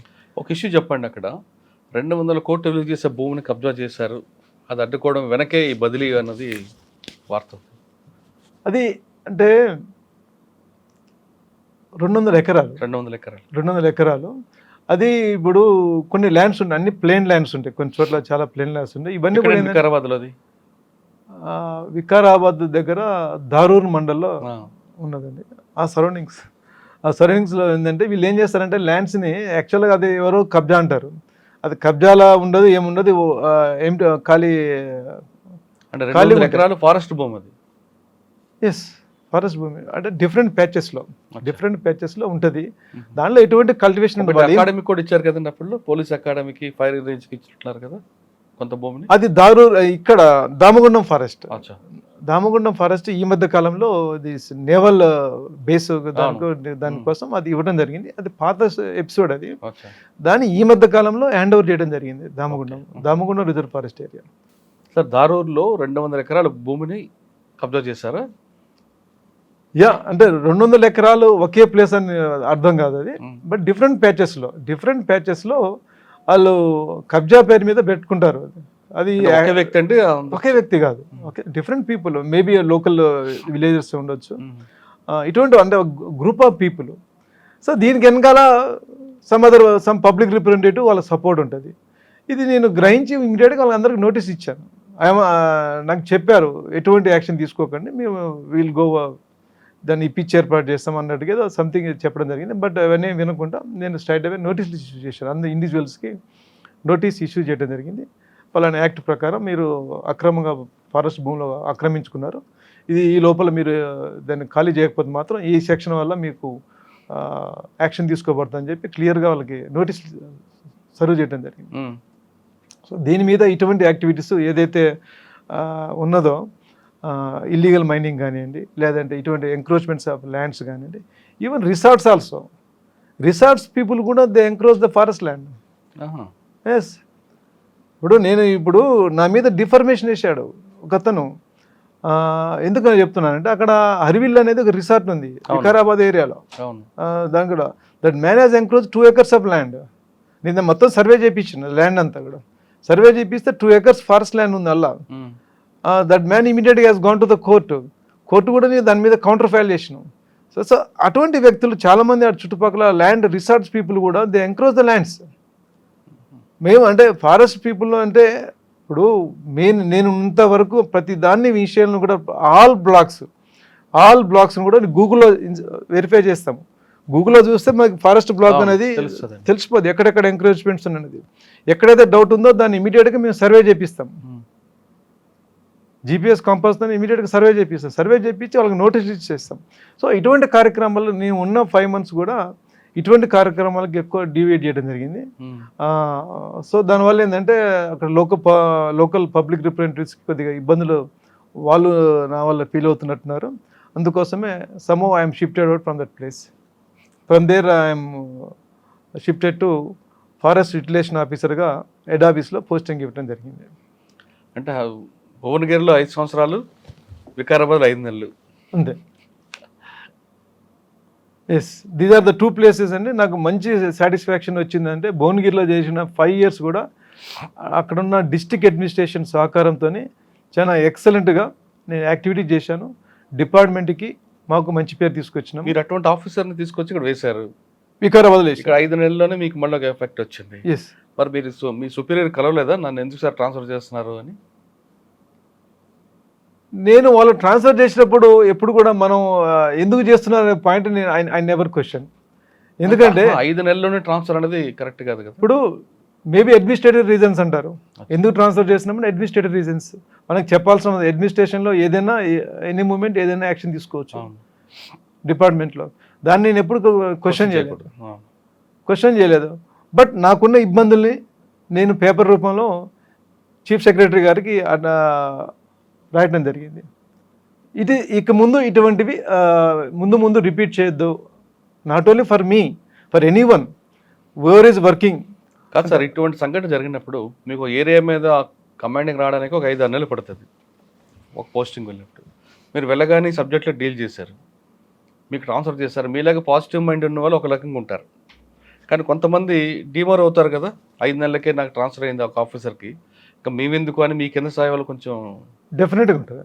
డెఫినెట్గా మోరల్గా ఇప్పుడు ఆఫీసర్కే ట్రాన్స్ఫర్ అయ్యడం మాకెందుకు రాని వాళ్ళు మూసుకొని కూర్చుంటారు కదా. అల్టిమేట్గా నష్టం జరిగేది గవర్నమెంట్కే కదా. డెఫినెట్గా మీరు చెప్పిన పాయింట్ 100% కరెక్ట్. దీని మీద అంటే ఏంటంటే మానసికంగా మనం కొద్దిగా వీక్ అవుతాం. అరే నేను ఇంత ఖచ్చితంగా చేస్తున్నాము, సిన్సియర్గా చేస్తున్నాము, వై ఇట్ ఈజ్ హ్యాపెనింగ్ అనే ఫీలింగ్ ఎక్కడో దగ్గర ఉంటుంది. మీకు వస్తుంది, మీకంటే పాజిటివ్ మైండ్ ఉంది కాబట్టి.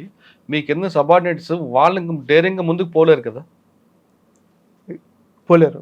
మీరు చెప్పిన పాయింట్ కరెక్ట్. ఎందుకంటే పై అధికారికి ఇటువంటి పరిస్థితి వచ్చినప్పుడు కింది వాళ్ళని ఏ విధంగా పోతామనే పాయింట్ వస్తారు, డెఫినెట్గా వస్తారు. అంటే ఇందులో అంటే డెఫినెట్గా ఒక యాక్టివిటీ మీద మనం పనిచేస్తున్నప్పుడు మన కింది అధికారి సక్రమంగా పనిచేస్తున్నప్పుడు పై అధికారి అతనికి సపోర్ట్ చేయాలి. ఒకవేళ తప్పు చేసినా ప్రొటెక్ట్ చేయాలి. తప్పు చేస్తే ప్రొటెక్ట్ చేసేది కొన్ని సందర్భాల్లో కాదు, ఇప్పుడు బై మిస్టేక్ జరిగినప్పుడు ప్రొటెక్ట్ చేయాలి, దానికి అడ్వైస్ చేయాలి. అది లీడర్షిప్ అంటారు. Yes, exactly, that is true. మీరు అన్న పాయింట్ అది 100% కరెక్ట్. అది ఎప్పుడు కూడా మన సిబ్బంది ఫీల్డ్ లెవెల్లో పనిచేస్తున్నప్పుడు తెలియక తప్పు చేసినప్పుడు మనం ఎక్స్క్యూజ్ చేయొచ్చు, దాన్ని కరెక్ట్ చేసుకునే అవకాశాన్ని మనం కల్పించవచ్చు. తెలిసి తప్పు చేస్తున్నప్పుడు వాళ్ళని కంట్రోల్ చేసే ఏర్పాటు మనం చేసుకోవాలి. కానీ వాళ్ళ విధి నిర్వహణలో కరెక్ట్గా చేస్తున్నప్పుడు వాళ్ళకి అవుట్ సోర్స్ నుంచి బయట నుంచి మనకి అదర్ ఫోర్స్ నుంచి ఇబ్బంది వచ్చినప్పుడు మనం సపోర్ట్ చేయాలి. I have supported one of such forest section officer in my place at Bhuvanagiri ప్లేస్లో పనిచేస్తున్నప్పుడు స్వయంగా నా ఫారెస్ట్ సెక్షన్ ఆఫీసర్ మీద ఒక ప్రముఖులు నాకు ఫోన్ చేసి అతన్ని బండబూతులు తిట్టి అతను ఈ విధంగా చేస్తున్నాడు, వాడు అట్లా ఇట్లా అని చెప్పేసి చాలా ఇదిగా మాట్లాడడం జరిగింది. దెన్ ఐ సెడ్ నో, అది జరుగుండొచ్చు, కానీ నేను వచ్చిన తర్వాత అది జరగలేదు, అతను ఖచ్చితంగా పనిచేస్తున్నాడు, is the right person there. ఏంటంటే ఎప్పుడు కూడా ఒక పబ్లిక్ నార్మల్ పర్సన్ మన ఆఫీసర్తో ఏమన్నా కాన్ఫ్లిక్ట్ జరిగినప్పుడు ఎప్పుడు కూడా that man will go and tell some non sense to the other people. అవును, ఆ ప్రముఖులకి మన గురించి చెడుగా చెప్తాడు. న్యాచురల్ అది. అది చెప్తాడు. చెప్పినప్పుడు ఇమీడియట్గా అక్కడ ఉన్న ప్రముఖులు కూడా ఎమ్మటే రియాక్ట్ కాకుండా వాస్తవాలు గ్రహించాలి. ఇప్పుడు మనం చేస్తున్న పని దేనికోసమని, అడవులు అనేది మీరు అసలు సబ్జెక్టు మనం తెలుసుకుంటే, అడవులు ఇప్పుడు ఏ డిపార్ట్మెంట్ అయినా కేవలం ఇప్పుడు ప్రజెంట్ సిచ్యువేషన్ కోసం పనిచేస్తుంటాయి. కానీ మేము చేసేది ఫారెస్ట్ డిపార్ట్మెంటు పనిచేసేది ఫ్యూచర్ జనరేషన్స్ కోసం పనిచేస్తున్నాం. ఈరోజు అడవులు ఉన్నప్పుడే రేపు రాబోయే తరాలు హ్యాపీగా ఉండగలుగుతాం. మనకు అది మనకు తెలియట్లేదు. అందుకనే నేను, మీరు గుర్తుపట్టండి, నేను డిఫెన్స్ని, పోలీసుని, ఫారెస్ట్ని ఈ మూడు కూడా నేను ఒకే కోవ కింద తీసుకొచ్చాను. ఈ మూడిట్లో ఏది లేకపోయినా కూడా మనకి సమతుల్యం ఉండదు, నష్టం జరుగుతుంది. ఫారెస్ట్ కూడా ఉండాల్సిన అవసరం ఉన్నది. ఎందుకంటే అడవులు పోయిన తర్వాత మనం ఏం చేయలేమండి. అడవులు పోయిన తర్వాత డెఫినెట్గా మొత్తం ఎడారైపోతుంది. మనం ఇప్పుడు మనకు తెలుసు కదా ఏ విధంగా మనకి ఎండలు వస్తున్నాయి, కాలం అనేది కరెక్ట్గా లేకుండా వర్షాలు అకాలంగా వస్తున్నాయి, ఎండలు విపరీతమైన ఎండలు వస్తున్నాయి. ఇవన్నీ కూడా అడవులు లేని కారణంగానే ఇవన్నీ కూడా రావడం జరుగుతుంది. సో దీన్ని కాపాడాల్సిన వ్యక్తులము ఫారెస్ట్ డిపార్ట్మెంట్లో పనిచేస్తున్న సిబ్బంది. ఈ సిబ్బందిని కాపాడాల్సిన బాధ్యత ప్రభుత్వానికి. సార్ మీరు వికారాబాద్ తర్వాత ఎక్కడికి వచ్చారు? హెడ్ ఆఫీస్కి వచ్చారా? వికారాబాద్ తర్వాత దెన్ అదే ఫారెస్ట్ యూటిలైజేషన్ ఆఫీసర్గా రావడం జరిగింది. ఫారెస్ట్ యూటిలైజేషన్ ఆఫీసర్కి వచ్చిన తర్వాత కూడా నేను కొన్ని లెటర్స్ రూపంలో కొన్ని వాస్తవాలు వాళ్ళ దృష్టికి తీసుకోవడం జరిగింది. ఎందుకంటే ఫారెస్ట్ బెనవలెంట్ ఫండ్ అని చెప్పేసి ఒకటి ఉంటుంది.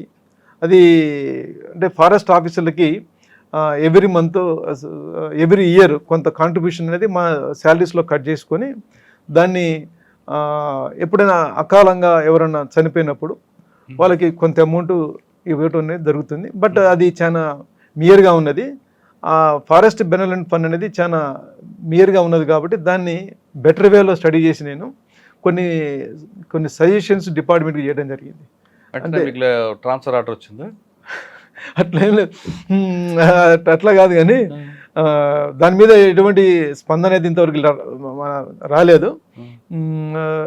అంటే ఫారెస్ట్ బెనవలెంట్ ఫండ్ కొద్దిగా ఇంక్రీజ్ చేయాలి, ఫ్యామిలీ ఇన్సూరెన్స్ ఇవ్వాలి, ప్లస్ ఎవరైనా అకాలంగా ఏమైనా చేసినప్పుడు ఇంత కాకుండా ఇంత ఎన్హాన్స్ చేసుకోవాలని చెప్పి మంచి ప్రపోజల్స్ వేరే రాష్ట్రాల్లో ఏ విధంగా నడుస్తుందో తీసుకొచ్చి అదంతా గ్యాదర్ చేసి ఒక మంచి ప్రపోజల్స్ కూడా వాళ్ళకి ఇవ్వడం జరిగింది. That is one of the నేను ఉన్న కొద్ది కాలంలో చేసిన యాక్టివిటీస్ అదొకటి చేశాను.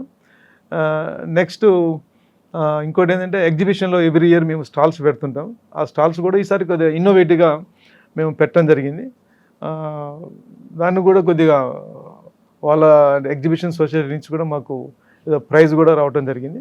So these are the only activities నేను ఇక్కడ ఎఫ్యూగా చేయడం జరిగిందండి. తర్వాత ఎక్కడికి వచ్చారండి?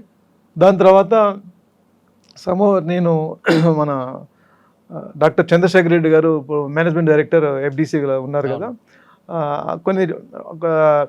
కొద్ది డిస్కషన్లో నాకు అక్కడికి పోవటానికి నేను ఇంట్రెస్ట్ చూపించాను. సార్ కూడా తీసుకోవడానికి రెడీగా ఉన్నారు. సో సార్ సహకారంతో నేను ఎఫ్డిసికి రావటం జరిగింది. కొండాపూర్, ఎస్, అక్కడ బొటానికల్ గార్డెన్స్లో. దాంట్లో regional manager come chief general manager ఒక హోదాతో నన్ను ఇక్కడ తీసుకోవడం జరిగింది. దీంట్లో ఏంటంటే ఎంటైర్ స్టేట్లో కూడా ఎక్కడైతే ఎఫ్డిసి ప్లాంటేషన్స్ ఉన్నాయో దీన్ని అన్నిటి కూడా ఇన్స్పెక్షన్ చేయడానికి, దాని మీద టోటల్ జ్యూడిజిక్షన్ కూడా ఇన్స్పెక్షన్ అథారిటీ కింద ఆ హోదాలో నేను ఇక్కడ ఎఫ్డిసిలో పనిచేస్తున్నానండి. ఓకే సార్, ఒకసారి వెనక్కి వెళ్దాం. మీ ఫస్ట్ క్వశ్చన్లో అడిగారు, మీకు గ్యాలంటరీ అవార్డులు ఎందుకు ఇవ్వాలంటే మీరు 3-4 సంఘటనలతో పాటు పాల్వంచ సంఘటన చెప్పారు. దాన్ని బేస్ చేసుకుని లెటర్ రాశారా? ఇప్పుడు ఎస్, ఈ గ్యాలంటరీ అవార్డ్స్ అనేది నాకు ఎందుకంటే I always compare the departments, uniform service డిపార్ట్మెంట్స్ని ఐ ఆల్వేస్ కంపేర్. అంటే ఇట్స్ ఏంటంటే నేను స్వతహాగా నా ఆలోచనలు డిఫరెంట్గా ఉంటాయండి. Different in the sense always they are in the positive and always I compare what we're doing and what exact we're అనేది పాయింట్లో నేను ఆలోచన చేస్తున్నాను. సో ఇప్పుడు when the other uniform service departments like police, jails, home guards, fire, ఇటువంటి departments కూడా they are doing good work. వీళ్ళకే ఎందుకు వస్తున్నాయి, ఫారెస్ట్ డిపార్ట్మెంట్ వాళ్ళకి ఎందుకు రావు? వీఆర్ నాట్ 9 to 5 జాబ్స్ కాదండి. Forest department 24/7. అవును. We work throughout the night. ఏ టైంలో ఎప్పుడు ఎక్కడికి పోతామో మాకు తెలియకుండా మేము మూమెంట్ అవుతుంటుంది. అటువంటి వర్క్ చేసే వాళ్ళకి మమ్మల్ని గుర్తించాల్సిన అవసరం ఉందనేది నాకు మంచి గట్ ఫీలింగ్, బాగా ఆలోచన చేశాను, బాగా ముద్ర పడిపోయింది. ఎందుకు రాదు? ఎవ్రీ టైం మీరు పేపర్ చూసినప్పుడల్లా నాకు ఆలోచన వస్తుంది, అరే ఫారెస్ట్ వాళ్ళకి ఎక్కడ ఎందుకు రావట్లేదు, నాకే రావాలని కాదు, మా ఫారెస్ట్ వాళ్ళకి ఎందుకు రాదు? ఎంతోమంది కష్టపడుతున్నారు, ఇంజరీస్ అవుతున్నారు. ఫీమేల్ ఆఫీసర్స్ ఎంతో కష్టపడుతున్నారండి. Lady officers from forest beat officers to IFS officer దాకా ఎంతో కష్టపడుతున్నారు వాళ్ళు. మరి వాళ్ళకి ఎందుకు రావట్లేదు? కష్టపడంటే అది మన వీఆర్ పెయిడ్ ఫర్ ఇట్, మేము కష్టపడుతున్నాం. కానీ మా ప్రాణాలు తెగించి, చాలామంది ప్రాణాలు తెగించి పార్షియల్గా ఇంజరీ అవుతున్నారు, ప్లస్ ప్రాణాలు పోగొట్టుకుంటారు. సో ఇటువంటి వాళ్ళకి తప్పనిసరిగా మాకేదంటే మ్యాట్రేజ్ డే అనేది ఒకటి జరుగుతుందండి, ఇయర్లీ వన్స్ ఉంటుంది. చనిపోయిన ఎవరైతే అమరవీరులు ఉన్నారో వారిని స్మరించుకుంటాం, ఇంకా దాని మీద ఎటువంటి యాక్టివిటీ చేయాలో చూస్తాం. అది అంతవరకు అయిపోతుంది. దాని తర్వాత డిపార్ట్మెంట్ గురించి ఎవరు డిస్కస్ చేయరు. అదేవిధంగా ఎవరైనా ఇన్సిడెంట్ జరిగింది అనుకోండి, లైక్ ఇప్పుడు కాగజ్ నగర్లో ఒక ఇన్సిడెంట్ జరిగింది, అది అంతవరకే డిస్కషన్, 1 రోజు 2 రోజులు 3 రోజులు 5 రోజులు. అదేవిధంగా శ్రీనివాసరావు గారి ఇన్సిడెంట్ జరిగింది అనుకోండి, అది ఇట్ వాజ్ వెరీ అంటే బర్నింగ్ ఇన్సిడెంట్. నేషనల్ వైడ్ కూడా చాలా రెస్పాన్స్ వచ్చింది, చాలా అందరు కూడా చాలా మంది వేరియస్ డిపార్ట్మెంట్స్ కూడా స్పందించాయి. మన రాష్ట్ర ప్రభుత్వం కూడా దానికి సరైన రీతిలో గుర్తించింది. అయినా కూడా గ్యాలంటరీ నేషనల్ లెవెల్ అవార్డు రావాల్సిన అవసరం ఉంది కదండి. ప్రాణాన్ని కోల్పోవడం అంటే ఎవరు కూడా ప్రాణాలను ఉత్తనే మనం పనంగా పెట్టి ఉద్యోగం చేయం సార్. ఆ విషయం మీద మీరు లెటర్ రాశారు, గవర్నమెంట్ స్పందించింది, ఖచ్చితంగా అది ఇంప్లిమెంట్ అవుద్దని అనుకుందాం. కానీ మీ డిపార్ట్మెంట్కి ఎప్పటి నుంచో ఒక పెండింగ్ ఇష్యూ ఉందండి, వెపన్స్ ఇవ్వాలి, వాటి మీద కూడా రాస్తారా? వెపన్స్ గురించి నేను యాజ్ ఏ జనరల్ సెక్రటరీగానే ఇప్పుడు రాశానండి, ఇప్పుడు కాదు. రాస్తారా? ఎస్, డెఫినెట్గా. అంటే ఇది it is a matter with the pending with state government. State government దృష్టిలో ఆల్రెడీ ఉన్నది. మన డిపార్ట్మెంట్ నుంచి కూడా ఆల్రెడీ ప్రపోజల్స్ పొందానండి, ఇప్పుడు ఫారెస్ట్ స్టేషన్స్ రావాలని చెప్పేసి. కానీ కొన్ని స్టేట్ ఇప్పటికే ఇచ్చాయి కదండి వెపన్స్. వెపన్స్ గుజరాత్లో ఉన్నాయి, కేరళలో ఉన్నాయి, కొన్ని రాష్ట్రాల్లో ఉన్నాయి. సో మన రాష్ట్రంలో కూడా ఇవ్వాల్సిన అవసరం ఉందని చెప్పి, అంటే already proposals pending with the state government. ఇప్పుడు దాన్ని మళ్ళీ ఒకసారి మేము కూడా ఇప్పుడు మా HOD గారి దృష్టికి తీసుకెళ్ళి మళ్ళీ ఒకసారి దాన్ని రీట్రేట్ చేస్తే తప్పకుండా అది మన వెపన్స్ ఇచ్చి ఏర్పాటు చేసుకోవచ్చు. వెపన్స్ అనేది తప్పనిసరిగా కావాలి. ఫారెస్ట్ స్టేషన్స్ అనేది మేము రిక్రూట్ అయిన కొత్త నుంచి స్టడీ మేము ఎప్పుడు చెప్తున్నాను, ఫారెస్ట్ స్టేషన్స్ అనేది కేరళలో ఉన్నాయండి. ఫారెస్ట్ స్టేషన్స్ అంటే group of people with arms and all these things ఉంటారు. సో ఆ స్టేషన్స్ వ్యవస్థ ఒకటి తీసుకురావాల్సిన అవసరం ఉన్నది. ప్లస్ అదేవిధంగా దట్ ఈస్ ఒక ప్రపోజల్. ఇంకోటి ఆర్మ్డ్ పోలీస్ కూడా ఈచ్ డిస్టిక్ దగ్గర కొంతమందిని, ఒక 10 మందిని పెడితే, సో దట్ ఇమీడియట్గా యాజ్ అండ్ వెన్ రిక్వైర్డ్ ఇమీడియట్గా మా రెస్క్యూకి వస్తారని చెప్పి అదొక ప్రపోజల్ ఉన్నది. సో ఇటువంటి ప్రపోజల్స్ని మనం పరిశీలించి మళ్ళొకసారి కూడా మీరు అన్నట్టుగా లెటర్ తప్పనిసరిగా మన రాష్ట్ర ప్రభుత్వానికి రాస్తాము, అసోసియేషన్ పరంగా రాస్తాము. రాసి అది వెపన్స్ తప్పనిసరిగా ఇచ్చేటట్టుగా, అదేవిధంగా ఫారెస్ట్ స్టేషన్స్ అమలు అయ్యేటట్టుగా ఇటువంటి ఏర్పాటు చేసినప్పుడే ఫారెస్ట్ సిబ్బంది ఎంతో మనోధైర్యంతో పనిచేయడానికి అవకాశం ఉంటుంది. ఓకే సార్, మీ డిపార్ట్మెంట్కి వచ్చినప్పుడు ఒక ట్రెడిషనల్ క్రైమ్ అండి చూసారు మీరు, అంటే చెట్లు నరకడం, తర్వాత వచ్చేసరికి ఎంక్రోచ్మెంట్లు, ఇవన్నీ జరుగుతున్నాయి. ఇంకా రాబోయే కాలంలో ఫారెస్ట్ డిపార్ట్మెంట్లో వచ్చే క్రైమ్ ఏ విధంగా ఉంటుందండి? రానున్న కాలంలో ఫారెస్ట్ డిపార్ట్మెంట్లో ఎంక్రోచ్మెంట్స్ జరగటానికంటే ఇప్పుడు మేజర్గా మనం గుర్తించేది ల్యాండ్ గ్రాబింగ్. మేజర్గా ల్యాండ్, అది ల్యాండ్ ఇప్పుడు వాల్యుబుల్ స్పీసీస్ ఉన్న దగ్గర డెఫినెట్గా అవుతుందండి. అది ఇంకా ఇల్లీగల్ కటింగ్ అవుతుంది. డిపార్ట్మెంట్లకు కొత్త ఛాలెంజ్ ఏం రాబోతున్నాయండి? కొత్త ఛాలెంజెస్ అంటే ఇప్పుడు ముఖ్యంగా ఇప్పుడు వైల్డ్ లైఫ్ ఇంక్రీజ్ అవుతుందండి. ఇప్పుడు పులుల జాతులు పెరుగుతున్నాయి, అదేవిధంగా మిగతా అదర్ వైల్డ్ లైఫ్ యానిమల్స్ కూడా పెరుగుతున్నాయండి. రైట్. సో వీటిని కాపాడాల్సిన బాధ్యత ఫారెస్ట్ డిపార్ట్మెంట్ మీద ఉన్నది. ఎందుకంటే పోచర్స్ వాళ్ళు కూడా బాగా యాక్టివ్గా ఉన్నారు. వాళ్ళ మెథడ్లో కూడా వాళ్ళు పోచింగ్ చేసే ఏర్పాటు చేసుకుంటున్నారు. దాన్ని మనం కంట్రోల్ చేసే ఏర్పాటు చేయాలి. ఇంకోటి ఏంటంటే మేజర్గా మా డిపార్ట్మెంట్లో నేను కూడా చాలాసార్లు కూడా మా ఆఫీసుల దృష్టికి తీసుకొచ్చాను. ఇన్వెస్టిగేటివ్ వేలో మేము పోము ఎక్కువ. ఇప్పుడు ఫర్ ఎగ్జాంపుల్ ఒక క్రైమ్ జరిగిందండి, లెట్ బి ఒక ట్రీ ఫెల్లింగ్ జరిగింది లేదా ఒక వైల్డ్ యానిమల్ చనిపోయింది అనే పాయింట్లో మనం ఆ ఇష్యూని అంతటితోనే 1 వీక్ లోపల will be closing the entire issue. కానీ ఇది ఈ చెట్టు కొట్టడానికి ఎవరు ఎక్కడికి వెళ్ళి వచ్చారు, who are the people behind it, ఈ జంతువుని కొట్టడానికి ఈ జంతువుని చంపడానికి ఎవరు ఎక్కడికి వెళ్ళి వచ్చారు, what is the motto behind it, who are the people, అది మన రాష్ట్రం వల్ల పక్క రాష్ట్రం వల్ల ఎవరు అనేది ఈ ఇన్వెస్టిగేటివ్ వేలో కొద్దిగా మేము డీప్గా స్టడీ చేయాల్సిన అవసరం ఉన్నది. ఎందుకంటే జస్ట్ అంతటితో క్లోజ్ చేసి ఏర్పాటు చేయకూడదు. ఇది కొద్దిగా మా డిపార్ట్మెంట్లో కొద్దిగా వెనుకబడి ఉన్న మాట వాస్తవం అది. సో ఈ యాంగిల్లో కొద్దిగా పోవాలి. ప్లస్ అదేవిధంగా మా సిబ్బందిని కూడా ట్రైన్ చేయాల్సిన అవసరం ఉంది. ఇప్పుడు ఏదైతే మేము ఫారెస్ట్ రేంజ్ ఆఫీసర్ ట్రైనింగ్ కానీ బీట్ ఆఫీసర్లు సెక్షన్ ఆఫీసర్లు ట్రైనింగ్ తీసుకుంటారో, అదేవిధంగా ఆల్ ఇండియా లెవెల్లో ఐఎఫ్ఎస్ ఆఫీసర్లు ఉన్నారు, వీళ్ళకి ట్రైనింగ్లో కూడా కొద్దిగా ఇంకా methods, sophisticated methods, latest methods ఏ విధంగా చేస్తే అడ్మినిస్ట్రేషన్ చేస్తే బాగుంటుంది, ఏ విధంగా మన సిబ్బందిని ఎప్పుడు కూడా మనము ఒకటి చేయాలంటే మోటివేషనల్గా పోవాలండి. ఇప్పుడు ఇండివిజువల్గా నేను ఒక్కనే చేస్తా అంటే కాదు, ఒక ఫారెస్ట్లో పనిచేస్తున్నప్పుడు యాజ్ ఎ టీమ్గా పోవాలి. సో ఆల్వేస్ ఎప్పుడు కూడా మనం చేస్తున్నప్పుడు ఎంకరేజ్ చేయాలి లోవర్ స్టాఫ్ని. మనం ఒక టీమ్గా యాజ్ ఎ టీమ్, ఒక రేంజ్ ఆఫీసర్ పనిచేస్తున్నాడంటే range officer should behave like a leader and వాళ్ళందరి సహకారంతో అందరు కలుసుకొని పోయి అట్లా డ్యూటీ చేసే విధంగా, లేదంటే ఏమైనా క్రైమ్ జరిగినప్పుడు దాన్ని సాల్వ్ చేసే విధంగా మనం ముందుకు పోవాలి. సో ఆ యాంగిల్లో కొద్దిగా మన మైండ్ సెట్ కూడా కొద్దిగా మార్చుకొని అటువంటి యాక్టివిటీస్ ముందుకు పోతే బాగుంటుందని నేను అనుకుంటున్నాను. ఓకే సార్, ఫైనల్గా చెప్పండి, ఫారెస్ట్ని కాపాడే బాధ్యత మీ డిపార్ట్మెంటు, రెవెన్యూ డిపార్ట్మెంట్ కాకుండా ప్రజలది కూడా ఉండాలంటారా? ఒకవేళ ప్రజలదే ఉండాలి అనుకుంటే ఎందుకు ఉండాలి? అంటే ప్రజల సహకారం కూడా. అడవులు కాపాడటం ఓన్లీ ఫారెస్ట్ డిపార్ట్మెంట్ ఒక బాధ్యత కాదు, అదేవిధంగా ఒక ప్రభుత్వం ఒక బాధ్యత కాదండి. ఈ 2 బాధ్యతలతో పాటు ప్రజలది కూడా అదేవిధంగా ప్రజలు దీంట్లో భాగస్వామ్యం ఉండాలి. ఎందుకంటే ఇప్పుడు అడవులు పోయిన తర్వాత మనం చేయగలిగేది ఏముండదండి. ఫర్ ఎగ్జాంపుల్ ఇప్పుడు మన హైదరాబాద్ చూస్తే ఇక్కడ ట్రీ ఫెల్లింగ్ కమిటీ అని ఒకటి ఉంది.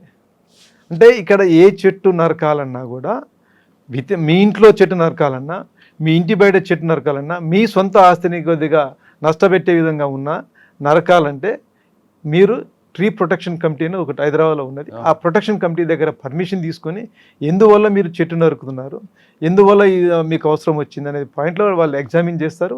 అదేవిధంగా దీన్ని ట్రాన్స్లోకేట్ చేయొచ్చని కూడా ఆలోచన వాళ్ళు చేస్తారు. అంటే ఇంత పగడబందీగా మనకు యాక్ట్ అనేది ఇప్పుడు మన సిటీ పరిధిలో మనకు ఉండటం జరిగింది. సో ఏ చెట్టు కొట్టాలంటే అంత ఈజీ కాదు. అట్ ద సేమ్ టైంలో కూడా మన అడవులు కూడా మన ఏదైతే జిల్లాలలో ఉన్న అడవులు కూడా మనలో ఇంత విచ్చలవిడిగా నరుకుతున్నారు. ఎంక్రోచ్మెంట్ పేరు మీద, పోడు యాక్టివిటీస్ పేరు మీద నరుకుతున్నారు.